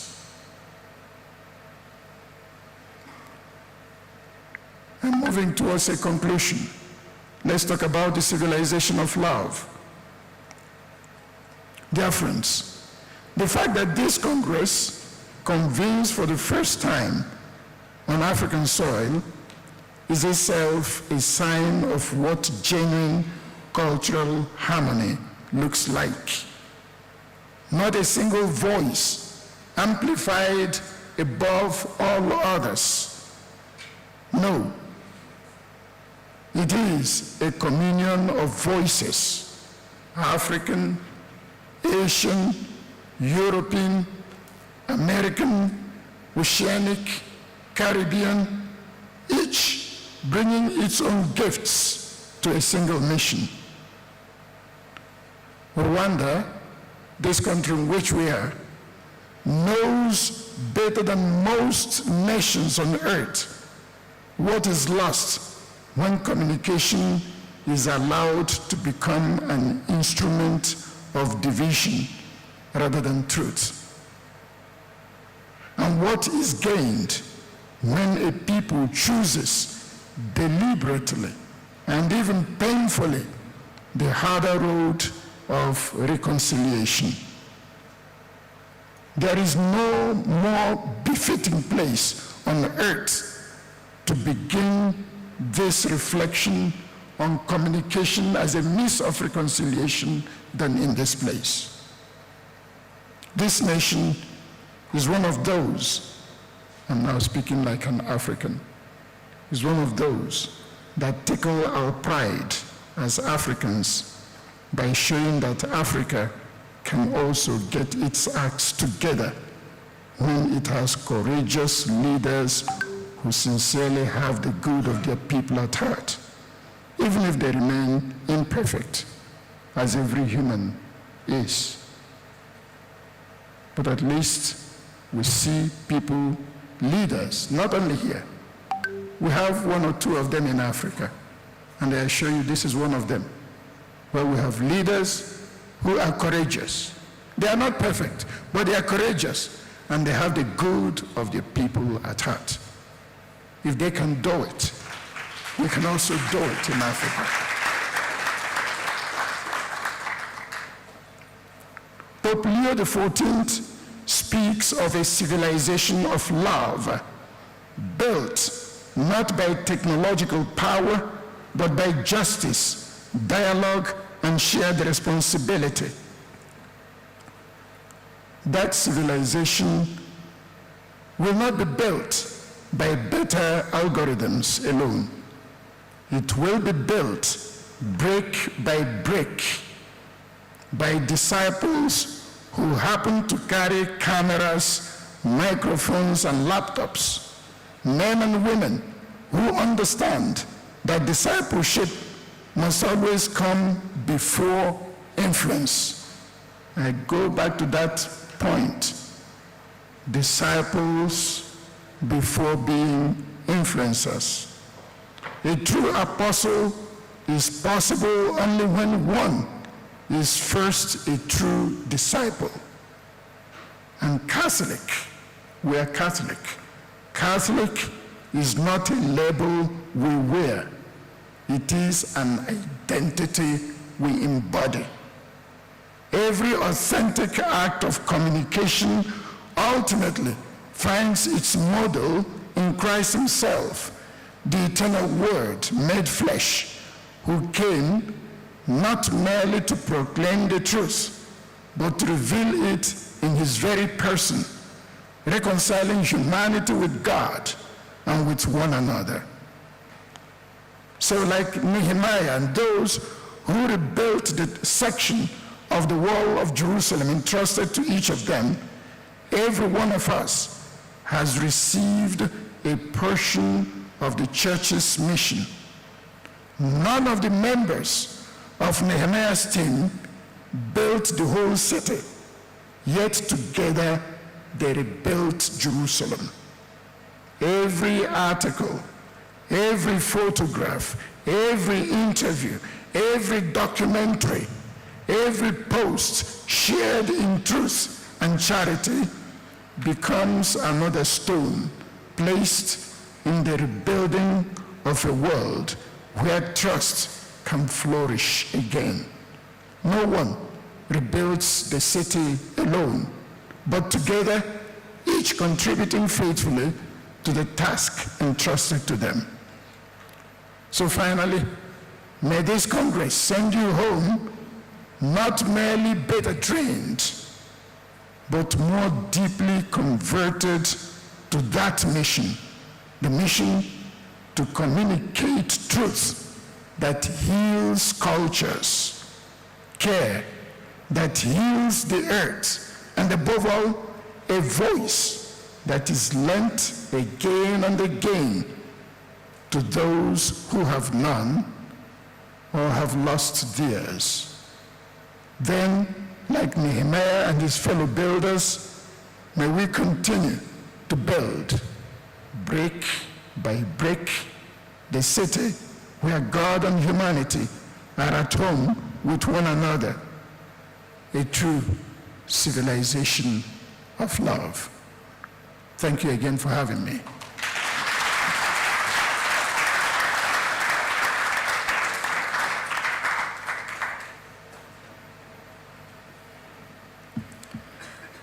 Your Excellency Nwachukwu, thank you very much for that inspiring and thought-provoking keynote presentations, reminding us that Africa indeed has come of age and our voice matters, and reminding everyone else, two questions.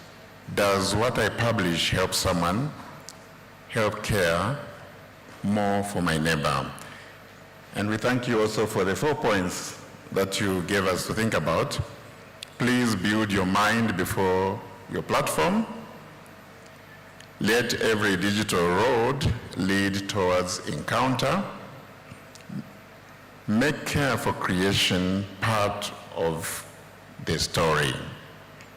And AI can do research, but cannot bear witness or replace the conscience. Allow me now to invite Dr. Natasha Goveka, the Pastoral Director of Theology, the Pastoral Director at the Dicastery for Communications. She has a doctorate in missiology. Please, Dr. Natasha.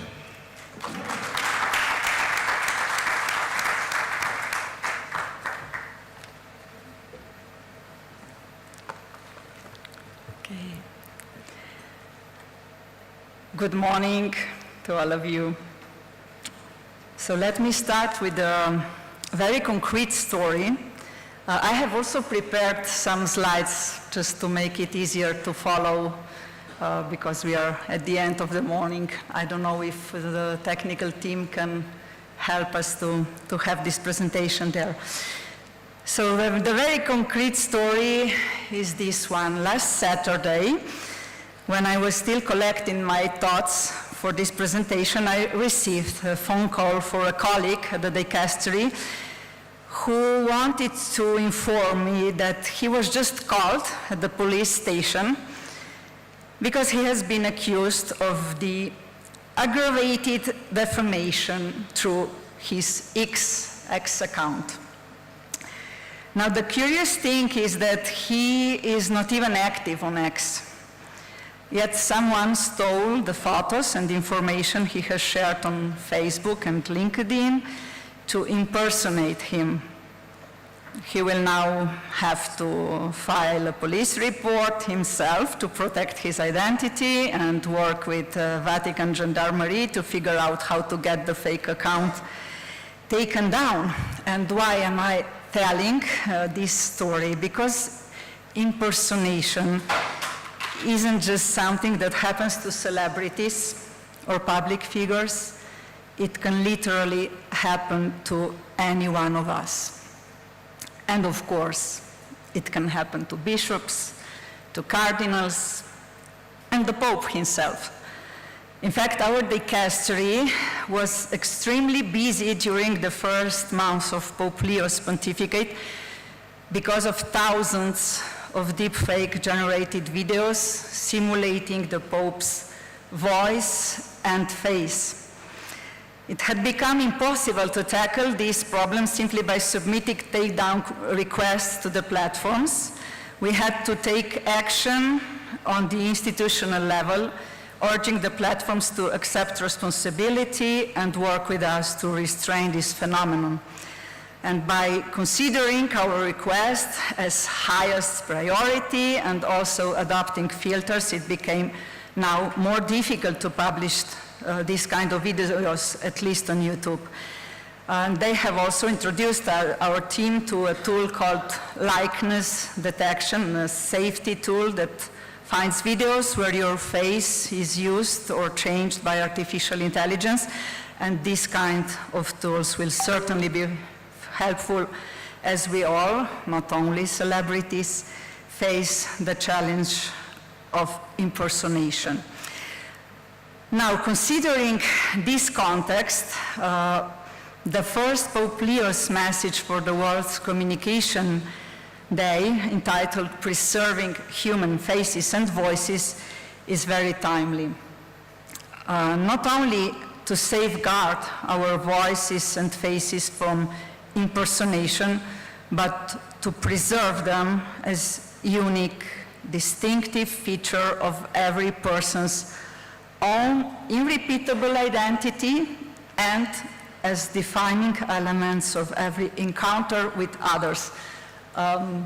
There should be now the first slide, but if it is not there, no problem, we will just listen. As we read in the message, by simulating human voices and faces, wisdom and knowledge, consciousness and responsibility, empathy and friendship, the systems known as artificial intelligence not only interfere with information ecosystems, but also encroach upon the deepest level of communication, that of human relationships. Okay, let's stop here. As the message says, the challenge is not technological, but anthropological. Safeguarding faces and voices ultimately means safeguarding ourselves. And you see how the message for the World's Communication Day has in fact prepared us somehow to the encyclical Magnificat Humanitas on safeguarding the human person. In the chapter 4 that was already quoted in the Pope's message read by the Apostolic Nuncio and also by Archbishop Fortunatus, we have this point of communication and the collective imagination, and another one toward the ecology of communication. And next slide, please, so we can read it together.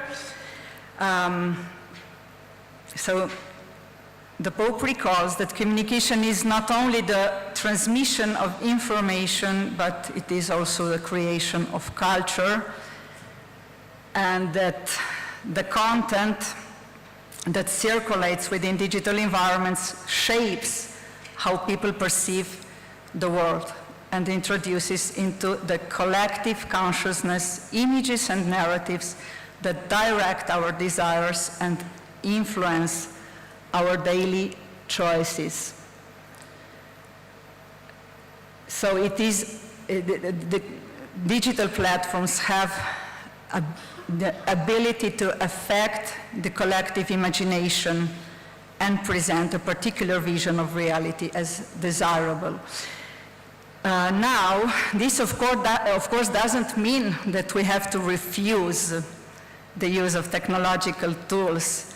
Our first task is, as we read in the number 137, is neither to demonize nor idolize technological tools, but to utilize them on the basis of a fundamental principle, namely that truth is a common good and not the property of those with power or influence.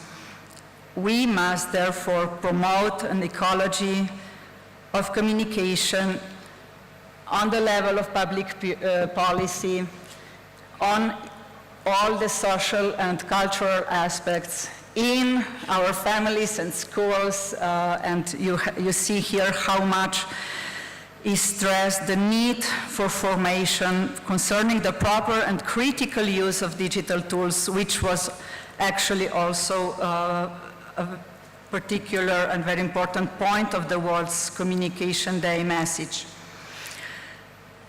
It is interesting that Pope himself is sometimes acting as an educator in several occasions, especially with young people or children. One of those examples happened during his meeting with the Summer Youth Program for the children of Vatican employees, where he told a personal experience to explain with simple words how should we use technology without losing the capacity for critical thinking. And I quote, he says, "Let me tell you a little story. When we were children, we all learned how to read road maps. If we had to travel from Rome to Naples, before setting out, we would study the map, looking to see which road would be the best route. Today, everyone simply puts the GPS into the car or onto the phone and sets off. Several times in my life," he says, in Italy, in Europe, in Peru, or even in the United States, I relied on the GPS and it led me down to the wrong road. I ended up being stuck and could not reach my destination. That is why I say that it is important not to become too dependent on technology. It is much better to learn to think for ourselves and to develop the critical judgment needed to know where are we going in life, in our journeys, and in whatever we do. Use the abilities that God has given you. I do not need my phone if my brain is working. Of course, it can help me to provide useful information, but still it's better to prepare well before setting out on a journey. Now, end of quote. What is true for the use of GPS is true also for the use of communication tools. In the message for the World's Communication Day, Pope Leo explicitly invites us not to renounce to our ability to think. Maybe we can move to the next slide. The message recalls the experience that we already have had with social media. We have entered the digital era with the dream of giving everyone a voice, of connecting with friends, and all the possibilities that were foreseen in these new instruments. But the algorithms used by social media companies were designed to maximize engagement, which means maximizing profit, maximizing doom scrolling, distraction, and brain rot for profit. You probably know that an average adult touches his smartphone between 2,500 and somebody also up until more than 5,000 times in just one day. Another consequence is that we are not just addicting people through these platforms to gain their attention, but also making people addicted to getting attention from other people, which is the case of influencers. The result is the most anxious and depressed generation of our lifetime and a more polarized society.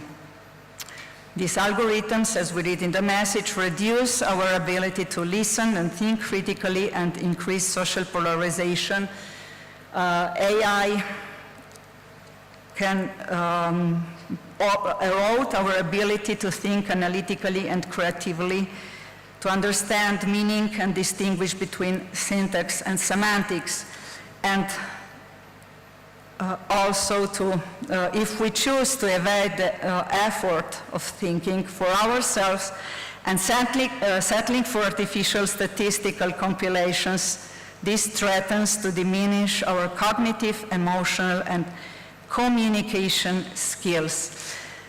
Now, this is not just a threat. There are already studies, that offer empirical evidence that demonstrate the influence of large language models on human spoken communication. Next slide, please. Of course, from the printing press to social media, innovation in communication have repeatedly, all the innovations have repeatedly reshaped how ideas spread through human culture. Now this is happening with AI. So chatbots constitute a new medium with encoding cultural patterns in their neural representations, and by disseminating them, they influence conversations, even spontaneous conversations of hundreds of millions of people. There was this study that shows how words generated preferentially by ChatGPT, such as delve, underscored, showcase, meticulous, and you can put many more, we all know this, they increased suddenly use of these words even in our spontaneous human speech. They calculated this by analyzing more than 7,100 hours of conversation in more than 800,000 podcast episodes, so with people who are having a spontaneous conversation. This suggests that humans internalize the lexical choices of large language models, because we humans are made like this. We converge lexically with our conversation partner during a dialogue, whether human or AI. And this, then we carry this AI-introduced word choices into our spontaneous speech. So these results show how AI shapes human language quietly. Its lexical choices are entering spontaneous spoken communication, but not only. This shows that as chatbots are increasingly used also in education, for therapy, and for many other uses, these findings raise the question of how much more consequential association and thinking patterns might be transmitted in the same way in our everyday life. Another AI phenomenon that is adding pollution to the digital environment are the junk news factories. Next slide, please. These junk news factories comb the web and rework articles without human supervision. You can read here the translation from an Italian article. His name is Nicola Endrizzi, and he's a journalist for We News. His photo and the official email address appear on the website. On his profile, he introduces himself as follows: I'm the editorial agent covering the province of Trento for We News, and so on and so on. Now the problem is that Nicola Endrizzi does not exist. He is just a prompt, a command line sent to the chatbot by an automated system. And we have over 3,800 news websites worldwide realized like this, entirely generated by artificial intelligence without any human oversight. And these sites are able to saturate search engines and social media feeds with thousands of articles per day, capturing a growing share of online advertising investments, which means that resources are being diverted from investigative, constructive journalism and diverted to algorithmic intermediaries and pirate platforms. Content farms do not seek the truth, of course, they seek traffic. They represent a threat to democratic stability as the goal here is not just attention and content transmission. It is really an AI poisoning, contaminating the data set used to train artificial intelligence by those chatbots. The result is an engaging and addictive AI slop world, which is a degradation of culture, a trivialization, a commodification. Now, that is the context, and the question is, how do we fix it? How can we contribute to making the digital environment a less toxic environment? This is why we need to promote the ecology of communication. When we speak about the ecology of communication, we should clarify that we are not speaking just about the exploitation of natural resources. Yes, also this, but first and most of all, about the care for human relationships, because otherwise you could receive a comment that was given by Sam Altman, who was recently asked this question: doesn't it take a lot of energy and resources to run all these data centers for AI? And his response was, well, think about how much energy and resources it takes to grow a human over 20 years. So, what are we comparing here? There were some authors who already in 2019 approached this digital mess not merely as an information and content problem, but as a people problem, as a problem of human relationships.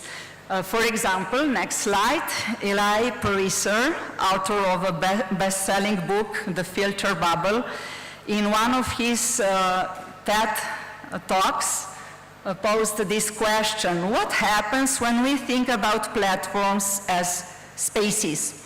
We know from social psychology that spaces shape behavior. When researchers look at neighborhoods with parks versus neighborhoods without, after adjusting for social economic factors, they found that neighborhoods with parks had higher levels of social trust. How can we structure spaces for a common good? We can learn from cities. In fact, cities have encountered a lot of the same social challenges that the platforms are now encountering. What happens if we put human relationships at the center of the urban design, and if we put human relationships at the center of social web design? What can we learn from physical spaces about how to structure behavior in the online world? We need digital urban planners, digital public-friendly architects who are going to build spaces that will help people to meet each other and not to be isolated in their own bubbles. Now, we could say that also the encyclical Magnifica Humanitas approaches this AI challenge as an urban problem. As we have already heard, the first sentences, next slide please, of the encyclical places before us this decisive choice to be made in the construction site of our time: Tower of Babel or rebuilding Jerusalem. And we can also pass to the next slide. We have on the one hand the construction of the Tower of Babel, nothing good coming out of this, and on the other hand, the rebuilding of Jerusalem. So Tower of Babel as a symbol of AI systems shaped primarily by Western notions of rationality, efficiency, and control. The pretense that a single language, even a digital one, can translate everything, including the irreducible mystery of the person, into data and performance. A model of power that claims to dominate the heavens, excluding human fragility and diversity, but also excluding God. And the outcome is nothing good: fragmentation, confusion, and in terms of communication, a multiplication of mutually incomprehensible languages. Jerusalem, on the other hand, rebuilt by the prophet Nehemiah, is a model of development based on a shared vision and shared responsibility. Everyone, we have heard, has been given a piece of responsibility for the common mission, and we do need prophets like Nehemiah today as well, in our local communities, and of course in international Catholic associations such as Signis. The question is therefore, what kind of humanity are we constructing, and what urban vision of our digital environment are we promoting? The one that is serving just efficiency, or the one that is serving human relationships? As we read in Magnificat Humanitas, I'm quoting number 112 and 113, when efficiency becomes the ultimate measure of value, human beings are tempted to see themselves as a project to be optimized, rather than as persons called to relationship and communion. In reality, elevating any single dimension of human existence to an absolute is always a mistake. Thus, also intelligence, when absolutized, overshadows other essential dimensions of life, such as affection, will, commitment, relationships. So similarly, technical power, if left unbalanced, does not make us more capable. It makes us more isolated and more vulnerable to being dominated and excluded. Now, besides applying to the digital environment these symbols and these best practices from the physical world, I think we actually need to take people back to this physical world, to real human encounters, to the full presence. This was the point already in the pastoral reflection towards full presence, published by the Dicastery in 2023. And this is one of the most important points in the encyclical Magnificat Humanitas as well. Number 140, educating people about the use of AI involves teaching them to decide when and for what purpose it ought not to be used.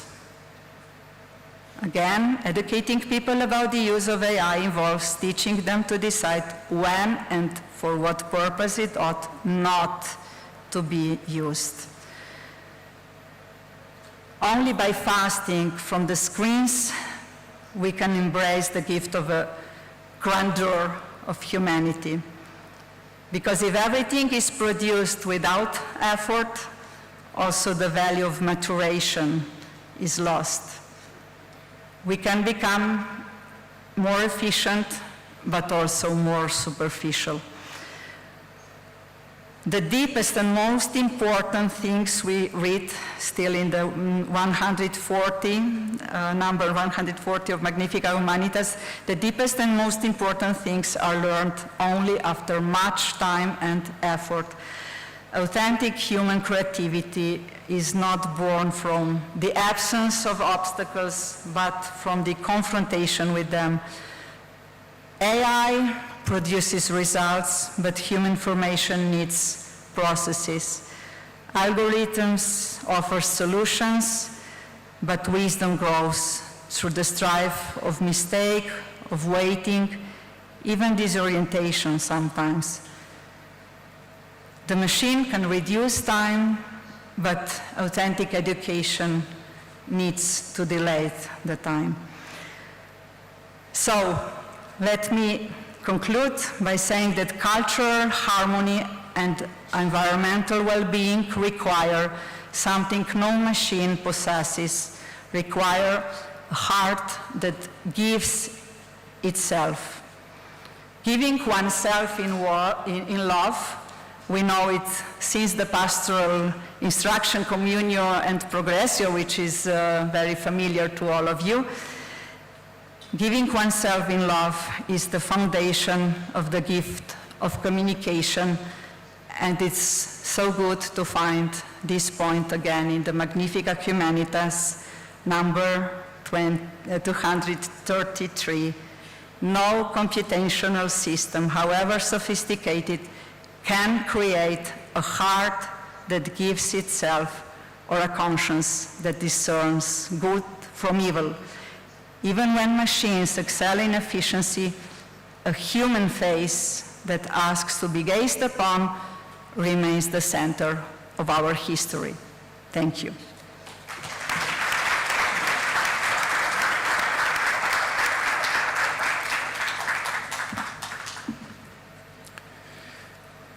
Thank you, Dr. Natasha Goveka, for that deep pastoral and practical reflection, taking us also through the text of the Holy Father.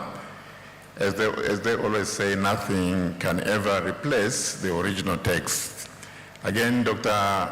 Goveka, like Archbishop Nwachukwu, coming back to that central message, the choice between the Tower of Babel and constructing together. Ephesians, or persons called to communicate. And as we heard with Pope Leo, we are invited never to renounce our ability to think.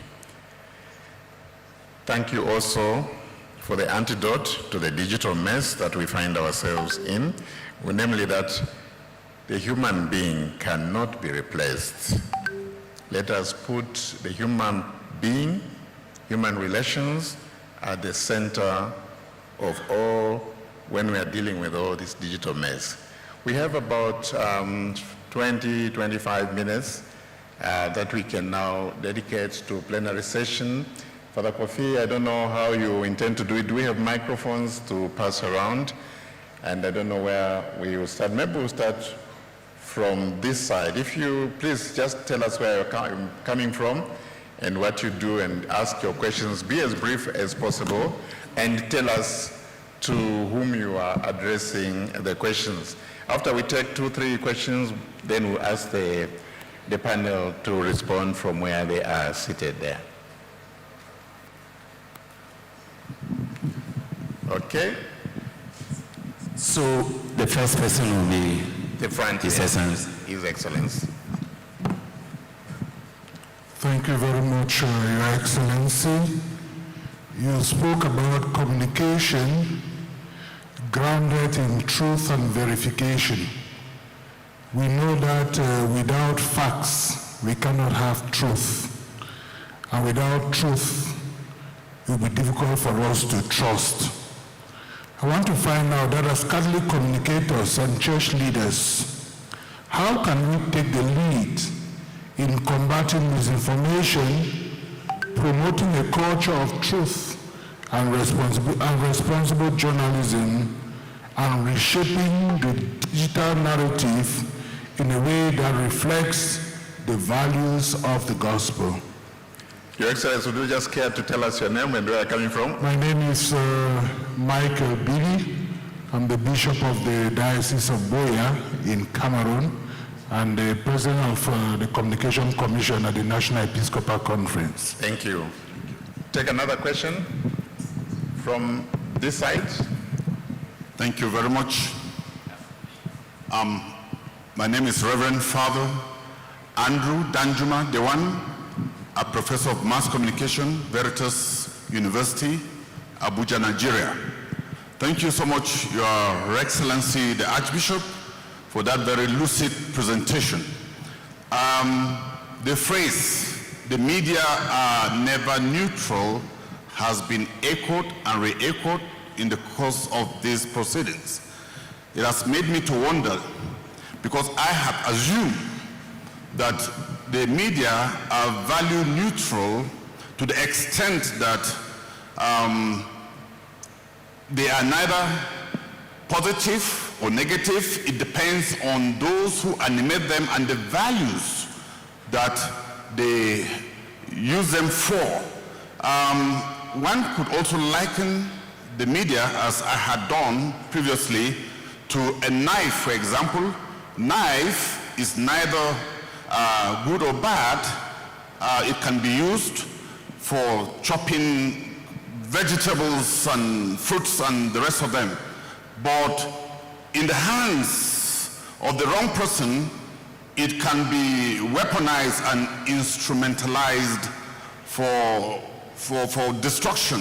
So I had likened the media in the same vein, that the media on their own, they are neither bad nor good. That is why we, these agents of evangelization, have chosen and elected to use the media as tools for evangelization and for the expansion of the missionary enterprise of Christ. Thank you. What would be your question, Father? It's a contribution. Thank you. Maybe we take two more. I think we can. Merci. From this side, please. Alors, je suis l'abbé Lambert Yedoulat de Côte d'Ivoire. Je m'exprime, s'il vous plaît, en français. Je voudrais m'adresser à Monseigneur Fortunatus sur la base des influences empiriques dont a parlé Dr Natacha. Bien souvent, on s'excuse, parfois parce qu'Africains, sur des vérités.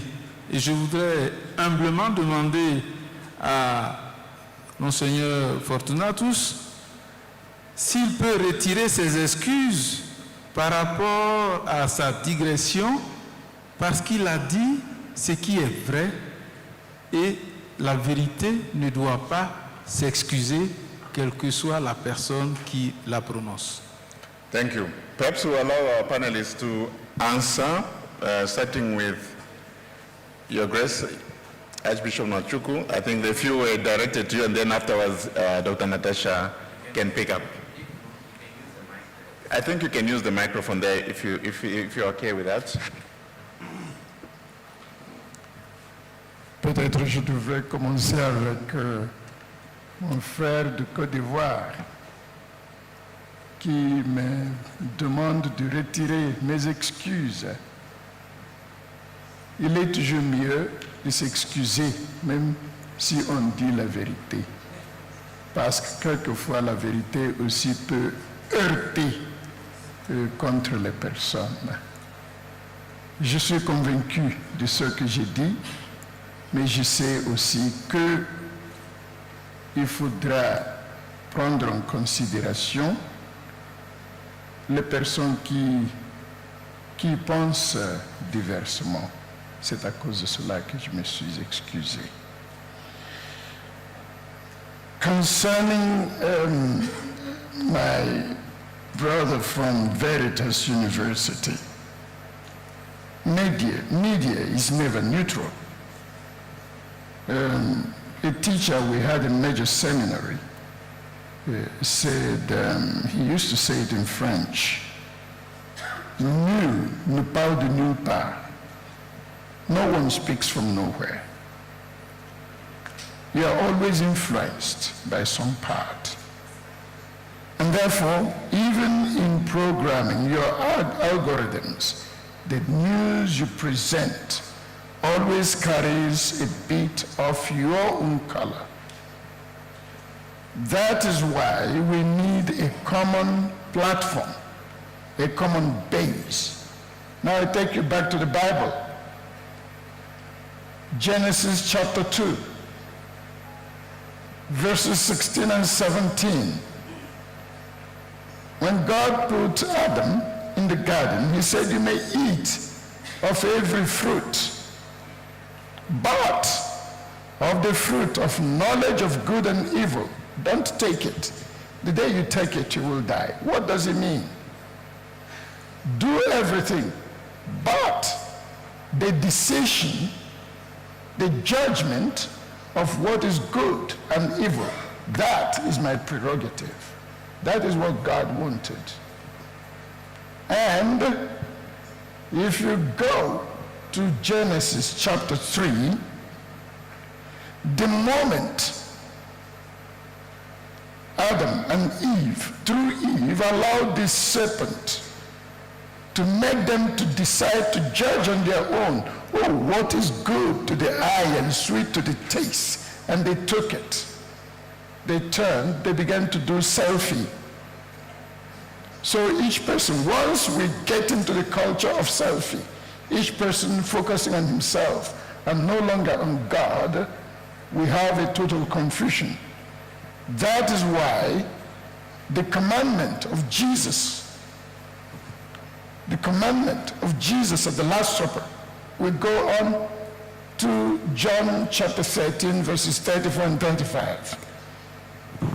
He moves the whole commandment of love, no longer loving your neighbor like yourself, which is individualizing, which is almost selfie.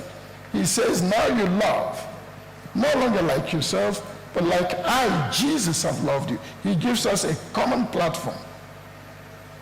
So Jesus is a common platform. As long as you ask yourself, is this what Jesus would want? Is this what he teaches us? Is this according to the love of Jesus? Then we have a common platform. You are not going to be mistaken. I go then to communication on truth. It is something also, because truth is Jesus Christ. And the way, the truth, and the life. John chapter 14, verse 6. So if we focus, that's why I say, you must be a disciple. That means following Jesus before you start thinking of being an influencer. If you place Jesus first and keep him as your point of orientation and focus, you are not going to miss your mark. Thank you. Thank you. Dr. Natasha? Is this working? Yes. I can maybe just add a little comment regarding the media or the technology that is never neutral. We always tend to repeat the example of the knife, but I often think that back then nobody would be really tempted to speak to a knife, to have a conversation with a knife. Yes, we can use it for good or for bad things, but we cannot get confused about the human identity or the relational identity of those technological instruments. Maybe really in this age we have for the first time in front of us something that is a real temptation. Examples are out there in a classroom of teenagers. If you ask them, would you prefer to have a real friend or an AI friend, 80% respond with the second answer. So this is something new, and I believe that being aware of the influence of the technology and the environment that is contributing to shape, and how this environment is shaping our own perception of ourselves, this awareness is already a first step towards the solution. And I'm sorry, but I think that really we need to study a lot this time. And thanks God that we have Magnifica Humanitas, that is at least the first summary and the first grounding where we can build upon. And yes, regarding the disinformation, I believe that in some other plenary session here, something more will be addressed, but I will quote just 2 examples from the Vatican media. We encourage bishops and all the churches, institutions, representatives to share as much as possible the official platforms of the institutional communication, because today it's important to teach people how to go to the source. I can tell you even an example in the negative sense. Last year, when Pope Francis was in hospital, we have heard at least 12 times that he has already died, and somebody, to make this fake news credible, used the Vatican News brand to spread the fake news. So this is just to say that people trust our institutions and our communication.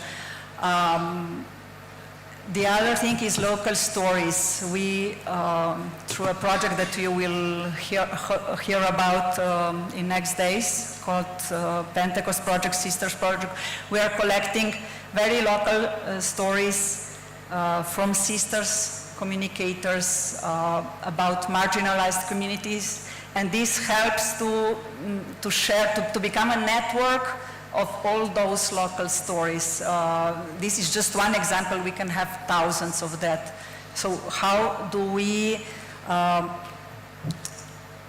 give our media to people so that they can know that this is their home, that this is the place where they can share their stories? This is maybe one example of what can we do. Then there are other levels that I will not open here. Okay. Perhaps we can have around three more, and then we will close. Yes? Here. Okay. This side. My name is Father Robinson. I'm from India and spokesperson of the Bishops' Conference of India. My question, Your Grace or Dr. Natasha, anyone can answer. We, after the advancement of AI and technology, we are still learning. And we have improved the humanity, I mean. And there are some new challenges which are coming, and I'm sure we are slowly, step by step, learning and going forward. Now, instead of focusing on some of those negative aspects of this AI or digital advancement, why not we start also talking in terms of AI for good, or technology for good, or there is another thing what we call AI or technology and humanity, human beings, collaborative technology, where human beings and AI, or human beings and robotics, what we call that cobotics nowadays. Cobots, where human and robots, technology, AI work together for the betterment, cultural betterment or environmental betterment or whatever in that case. So should we not start talking in these terms in coming days, or as we grow in our understanding of this technology? Thank you so much.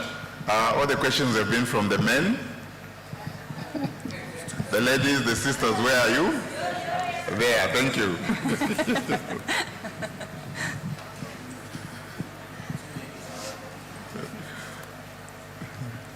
So just tell us where you are, and all right, the two ladies. Afterwards, you pass the microphone to the other lady. Hello, good afternoon. Your Excellency and Professor Goveka. I reflect on two sentences, one each from both of your presentations. One is what His Excellency said, that Catholic communicators need to be disciples before influencers, and what Professor Goveka said, that communication, of course, quoted from the encyclical. Communication is not only a transmission of information, but also the creation of culture. Combining both these, I would like to present to the group here and also to both of you a little complex situation. And I would be grateful if both of you, or at least one of you, speak about it. When we combine discipleship of Christ and creation of culture, I would think for places where there are those of other faith, for example India, from where I come, because for those of other faith, there are some forms of cultural elements which are accepted by them. But for us Christians and Catholics, they seem to be suppressive and repressive. Some forms of culture, and I'm sure even in some parts of Africa, we may see that particular elements of culture are accepted by some of other faith, but those of the Catholic, we find that those are still repressive. I would give one example when you think of women in Islam. So I present this challenge to both of you and to all of us here. How would you, look at this? How can we be understanding of those in these other faith who have imbibed this part of their culture as okay? And at the same time, we as Catholics, we want to bring about a transformation of culture in line with Christ's values. Thank you. Thank you, sister. Welcome. The other, I thought we had another lady there. Yeah, please. Good afternoon. I am Fomucha Mirabel. I'm the Director of Communication for the Diocese of Buea and the Catholic Printing Press. I'm coming from Cameroon. Your Excellency, the Archbishop Fortunatus, our Congress today, it calls us to promote digital communication for cultural harmony and environmental well-being.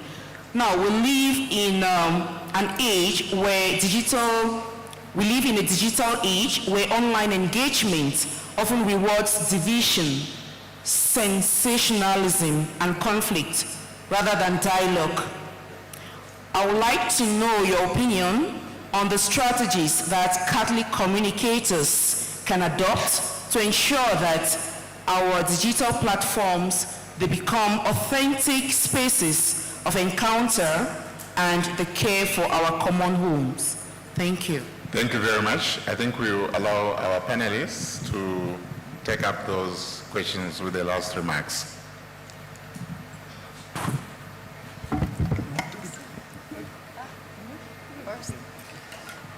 Oh, okay. So I will start with the complex situation that was presented from India. Of course, interaction with the cultural context of other religions, and especially when Catholics and Christians are a minority. This would need a whole course here, not a simple answer, but what came to my mind just hopefully as an inspiration or encouragement is that we need to change narratives. Changes in culture do not happen overnight and are usually not successful if they come just from aggressiveness or fight. Changing narratives means bringing or showcasing or bringing light to the examples that could let that culture move a step forward. And the image that came immediately back to my mind was the reconstruction of Jerusalem with this prophet Nehemiah that looks at the ruins. So the situation is not just complex, it's really tragic.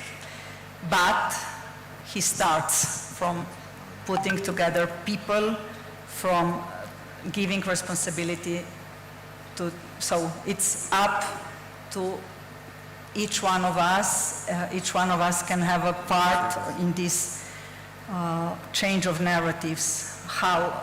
By telling different stories, little by little, by showing different examples, by bringing a different testimony. This is what comes to my mind.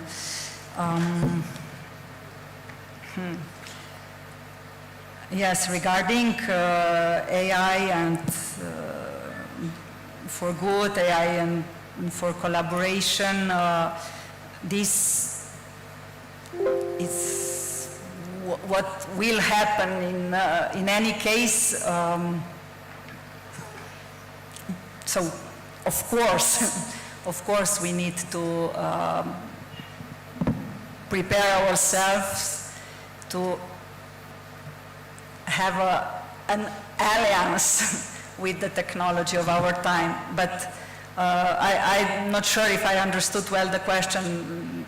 This doesn't mean that we don't have to be aware of the possible, and not only possible, but unfortunately probable negative effects that we are already having. Yes, this in short would be my answer. Regarding the strategies for authentic communication,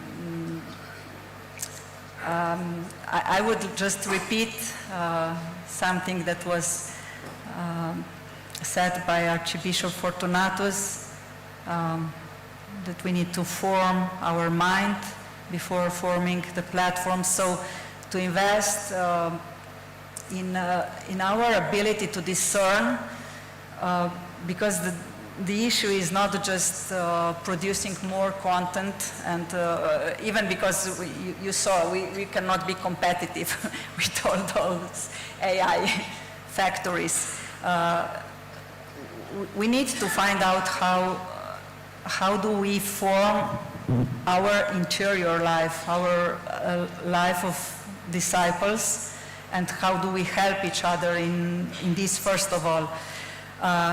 And then the second thing for me is that we need to set the goals. And again, what could be the goals of using the digital platforms for our Catholic communities, if not to help the communities to meet in person, or to celebrate together, or to have a pilgrimage together, or whatever is then a physical experience. It's just a little suggestion.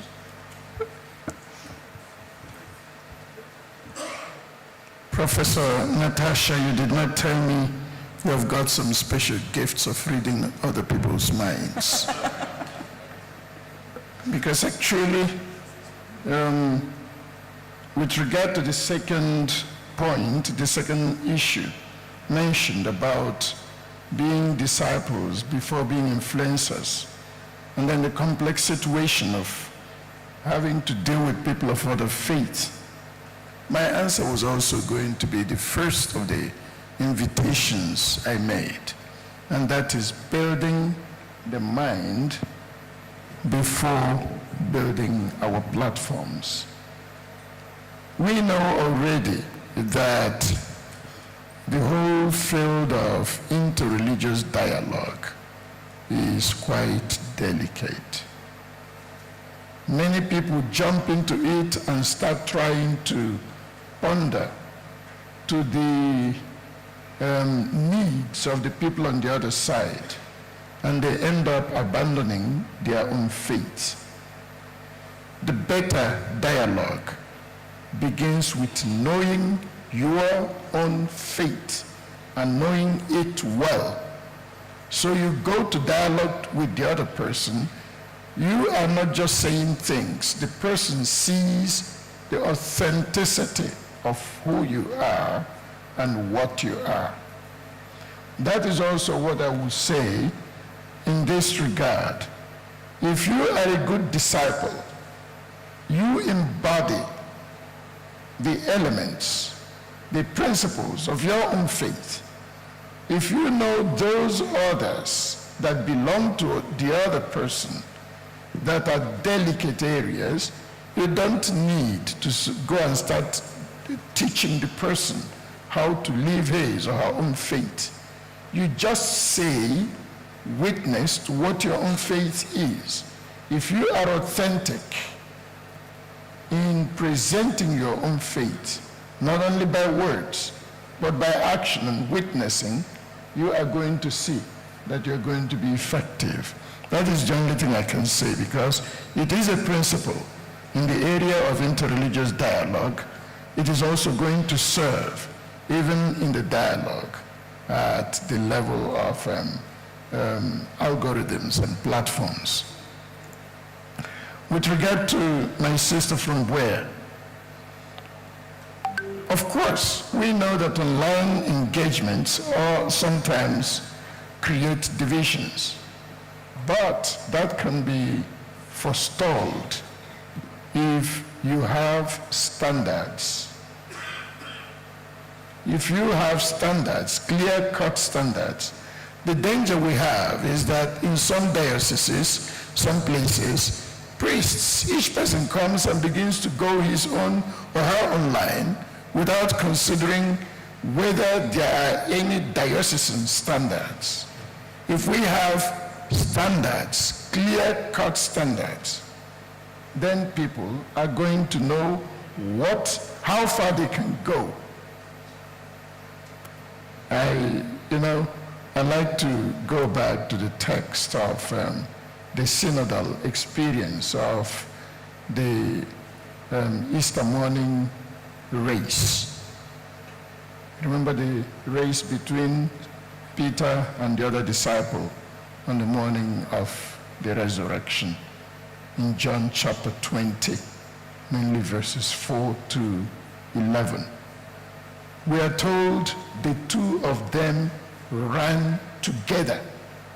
That word is important, homo, in verse 4.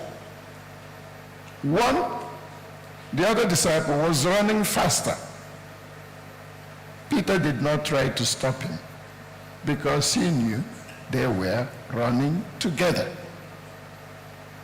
The other one arrived before Peter. He did not go in, he waited for Peter because he knew they were running together. There's something also in the diocesan platforms.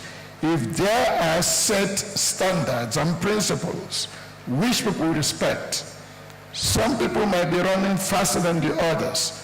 Important thing is that they respect the standards and principles. I go now to the first one with regard to focusing on the negative aspect. I like that. But that is only what appears to be the case. We all love and we're enjoying the positive side of AI. I love the expression cobotics and then collaborative technology. They're all beautiful things, but it is always important to tell a child, because we are still at the learning stage. You mentioned it. With AI, we are still learning. So when a child is learning, you tell the child what are the don'ts and what are the do's. We have to establish what are the precincts that will be difficult, dangerous to cross. That is what is being done. It is not that people are being negative. I had the privilege of serving the Holy See in a place where I was able to attend the conference on disarmament. And I can assure you that we have a lot of worries with regard to AI in the area of creation of new weapons. We have the so-called laws, lethal autonomous weapon systems, which have to do with nanotechnologies, which nobody is able to know how to control yet, because they could go to any level, creating nano attackers, insects that will be programmed to go in even through tiny holes in the walls and so on, and eliminate persons. Swarm technologies. So people have to establish common standards that are for the good of humanity. That is not being negative. That is being cautious. And I think that humanity needs to be cautious if we have to survive. Thank you.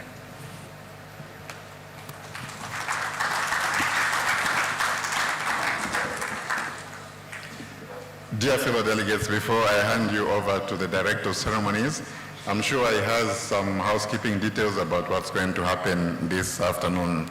But for now, allow me to thank in a very special way His Grace Archbishop Fortunatus Nwachukwu and Dr. Natasha Goveka. I'm sure you also agree that they have set the bar very high with the quality and the depth of their presentation. They've really set us on fire. Indeed, Archbishop Nwachukwu, incidentally, he is a biblical scholar, apart from the many hats that he wears, administrator, diplomat, archbishop, priest, and so on.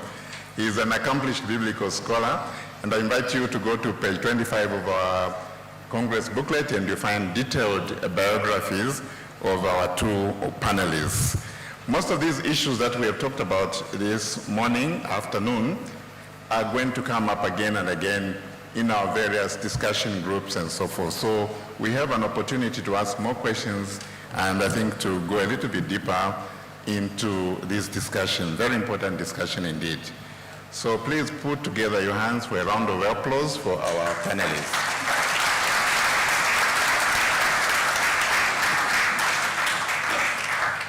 So I invite you to take a seat. Thank you, Father Kofi. I hand you over.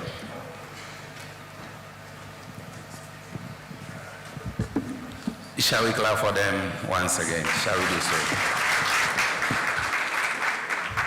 Thank you, Father Paul, for such a wonderful job. We are about going for lunch, but I would like to inform you of what happens after lunch and free time. We want to first of all apologize to all of you for not making available the brochure that contains the detailed activities, daily activities of our Congress. We had a technical challenge. This has been resolved, and so you have these brochures in due time. If we finish with lunch, we will have the first parallel sessions. The first panel will be talking on a model for peaceful coexistence and social development, and that will take place in the main hall here. The second panel will be dealing with environmental communication and the care for creation. We have 3 other rooms at the hotel, the underground of the hotel, the basement of the hotel, and we will mark the rooms for you to know where those sessions will take place. And the third will be on digital communication for equity, gender equality, and empowerment. And the last panel will be talking on protecting children and youth in the digital space. This will take place from 3 p.m. to 5 p.m. And at 5, we'll go for tea break. And at 5:20, we will all leave for St. Michael Cathedral for our opening mass.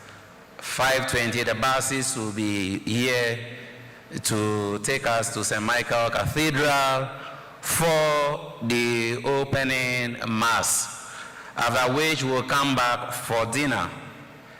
And after dinner, from 8:30 to 10 p.m., we will have some film screening here and a remembering night.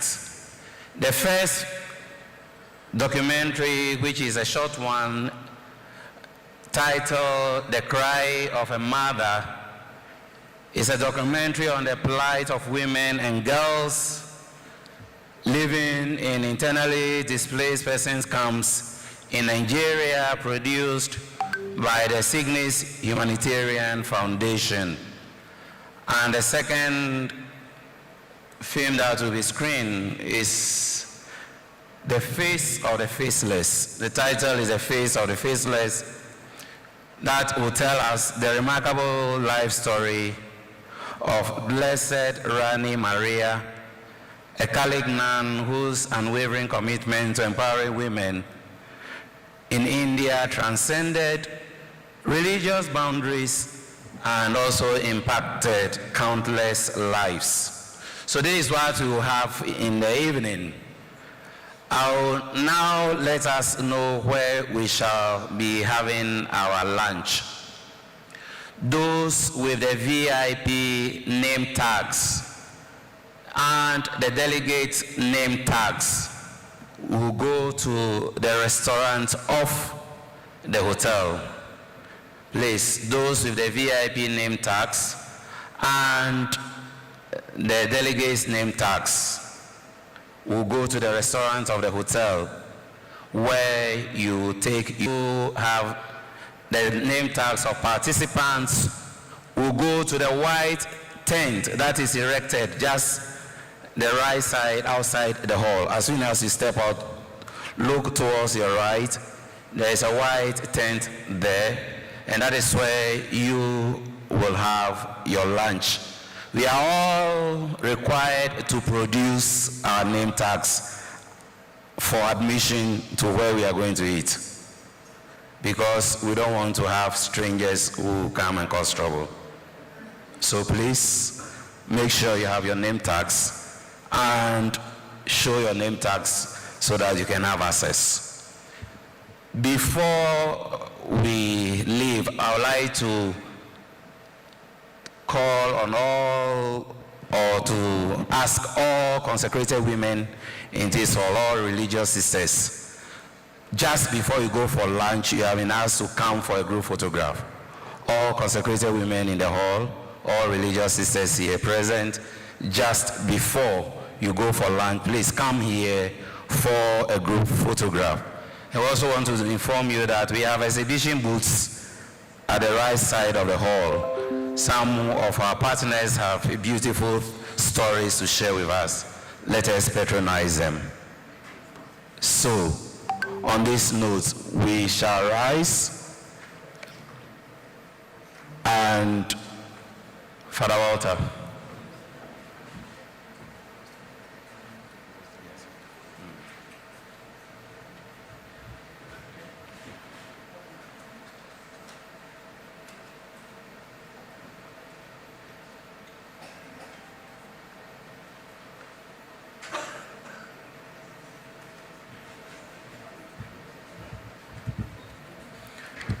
Shall we now rise as I invite His Eminence Antoine Cardinal Kambanda to take the closing prayer and also bless our meals for us.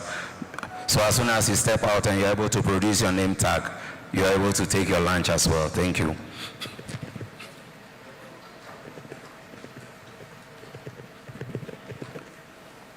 In the name of the Father, and of the Son, and of the Holy Spirit. We thank you, O Lord, for all that you do for us. We thank you for the talents that you have given your people, that we are here to share. We thank you for the experiences that we have shared, and we ask you to continue and bless this Congress to bear abundant fruits for your glory and for the salvation of your people. We ask you to bless all that we share, your gifts, so that they may give us strength and health to maintain us in your service. And remember for the poor and the needy who lack the necessities of life, that in our communication of solidarity and fraternity, all may have a decent life and the basic necessities of life, that the resources you gave us may be shared in this fraternal spirit and love. May the Almighty God bless us, the Father, the Son, and the Holy Spirit.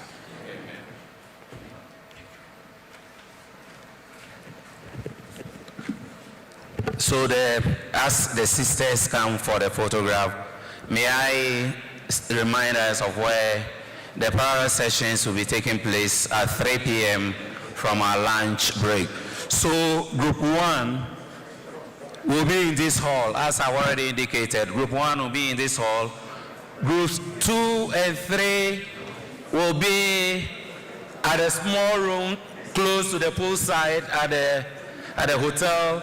And group 4 will be on the second floor of this building. The rooms will not be able to take more than 50 participants. So please let us take note. So sisters, can you please come? Sisters, can you please come? Group 3.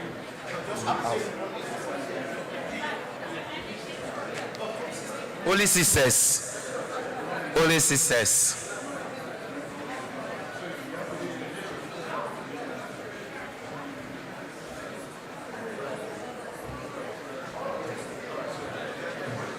Please, all right, sisters, please come forward.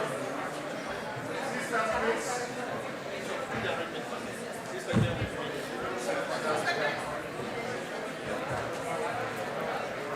All right, sisters, please.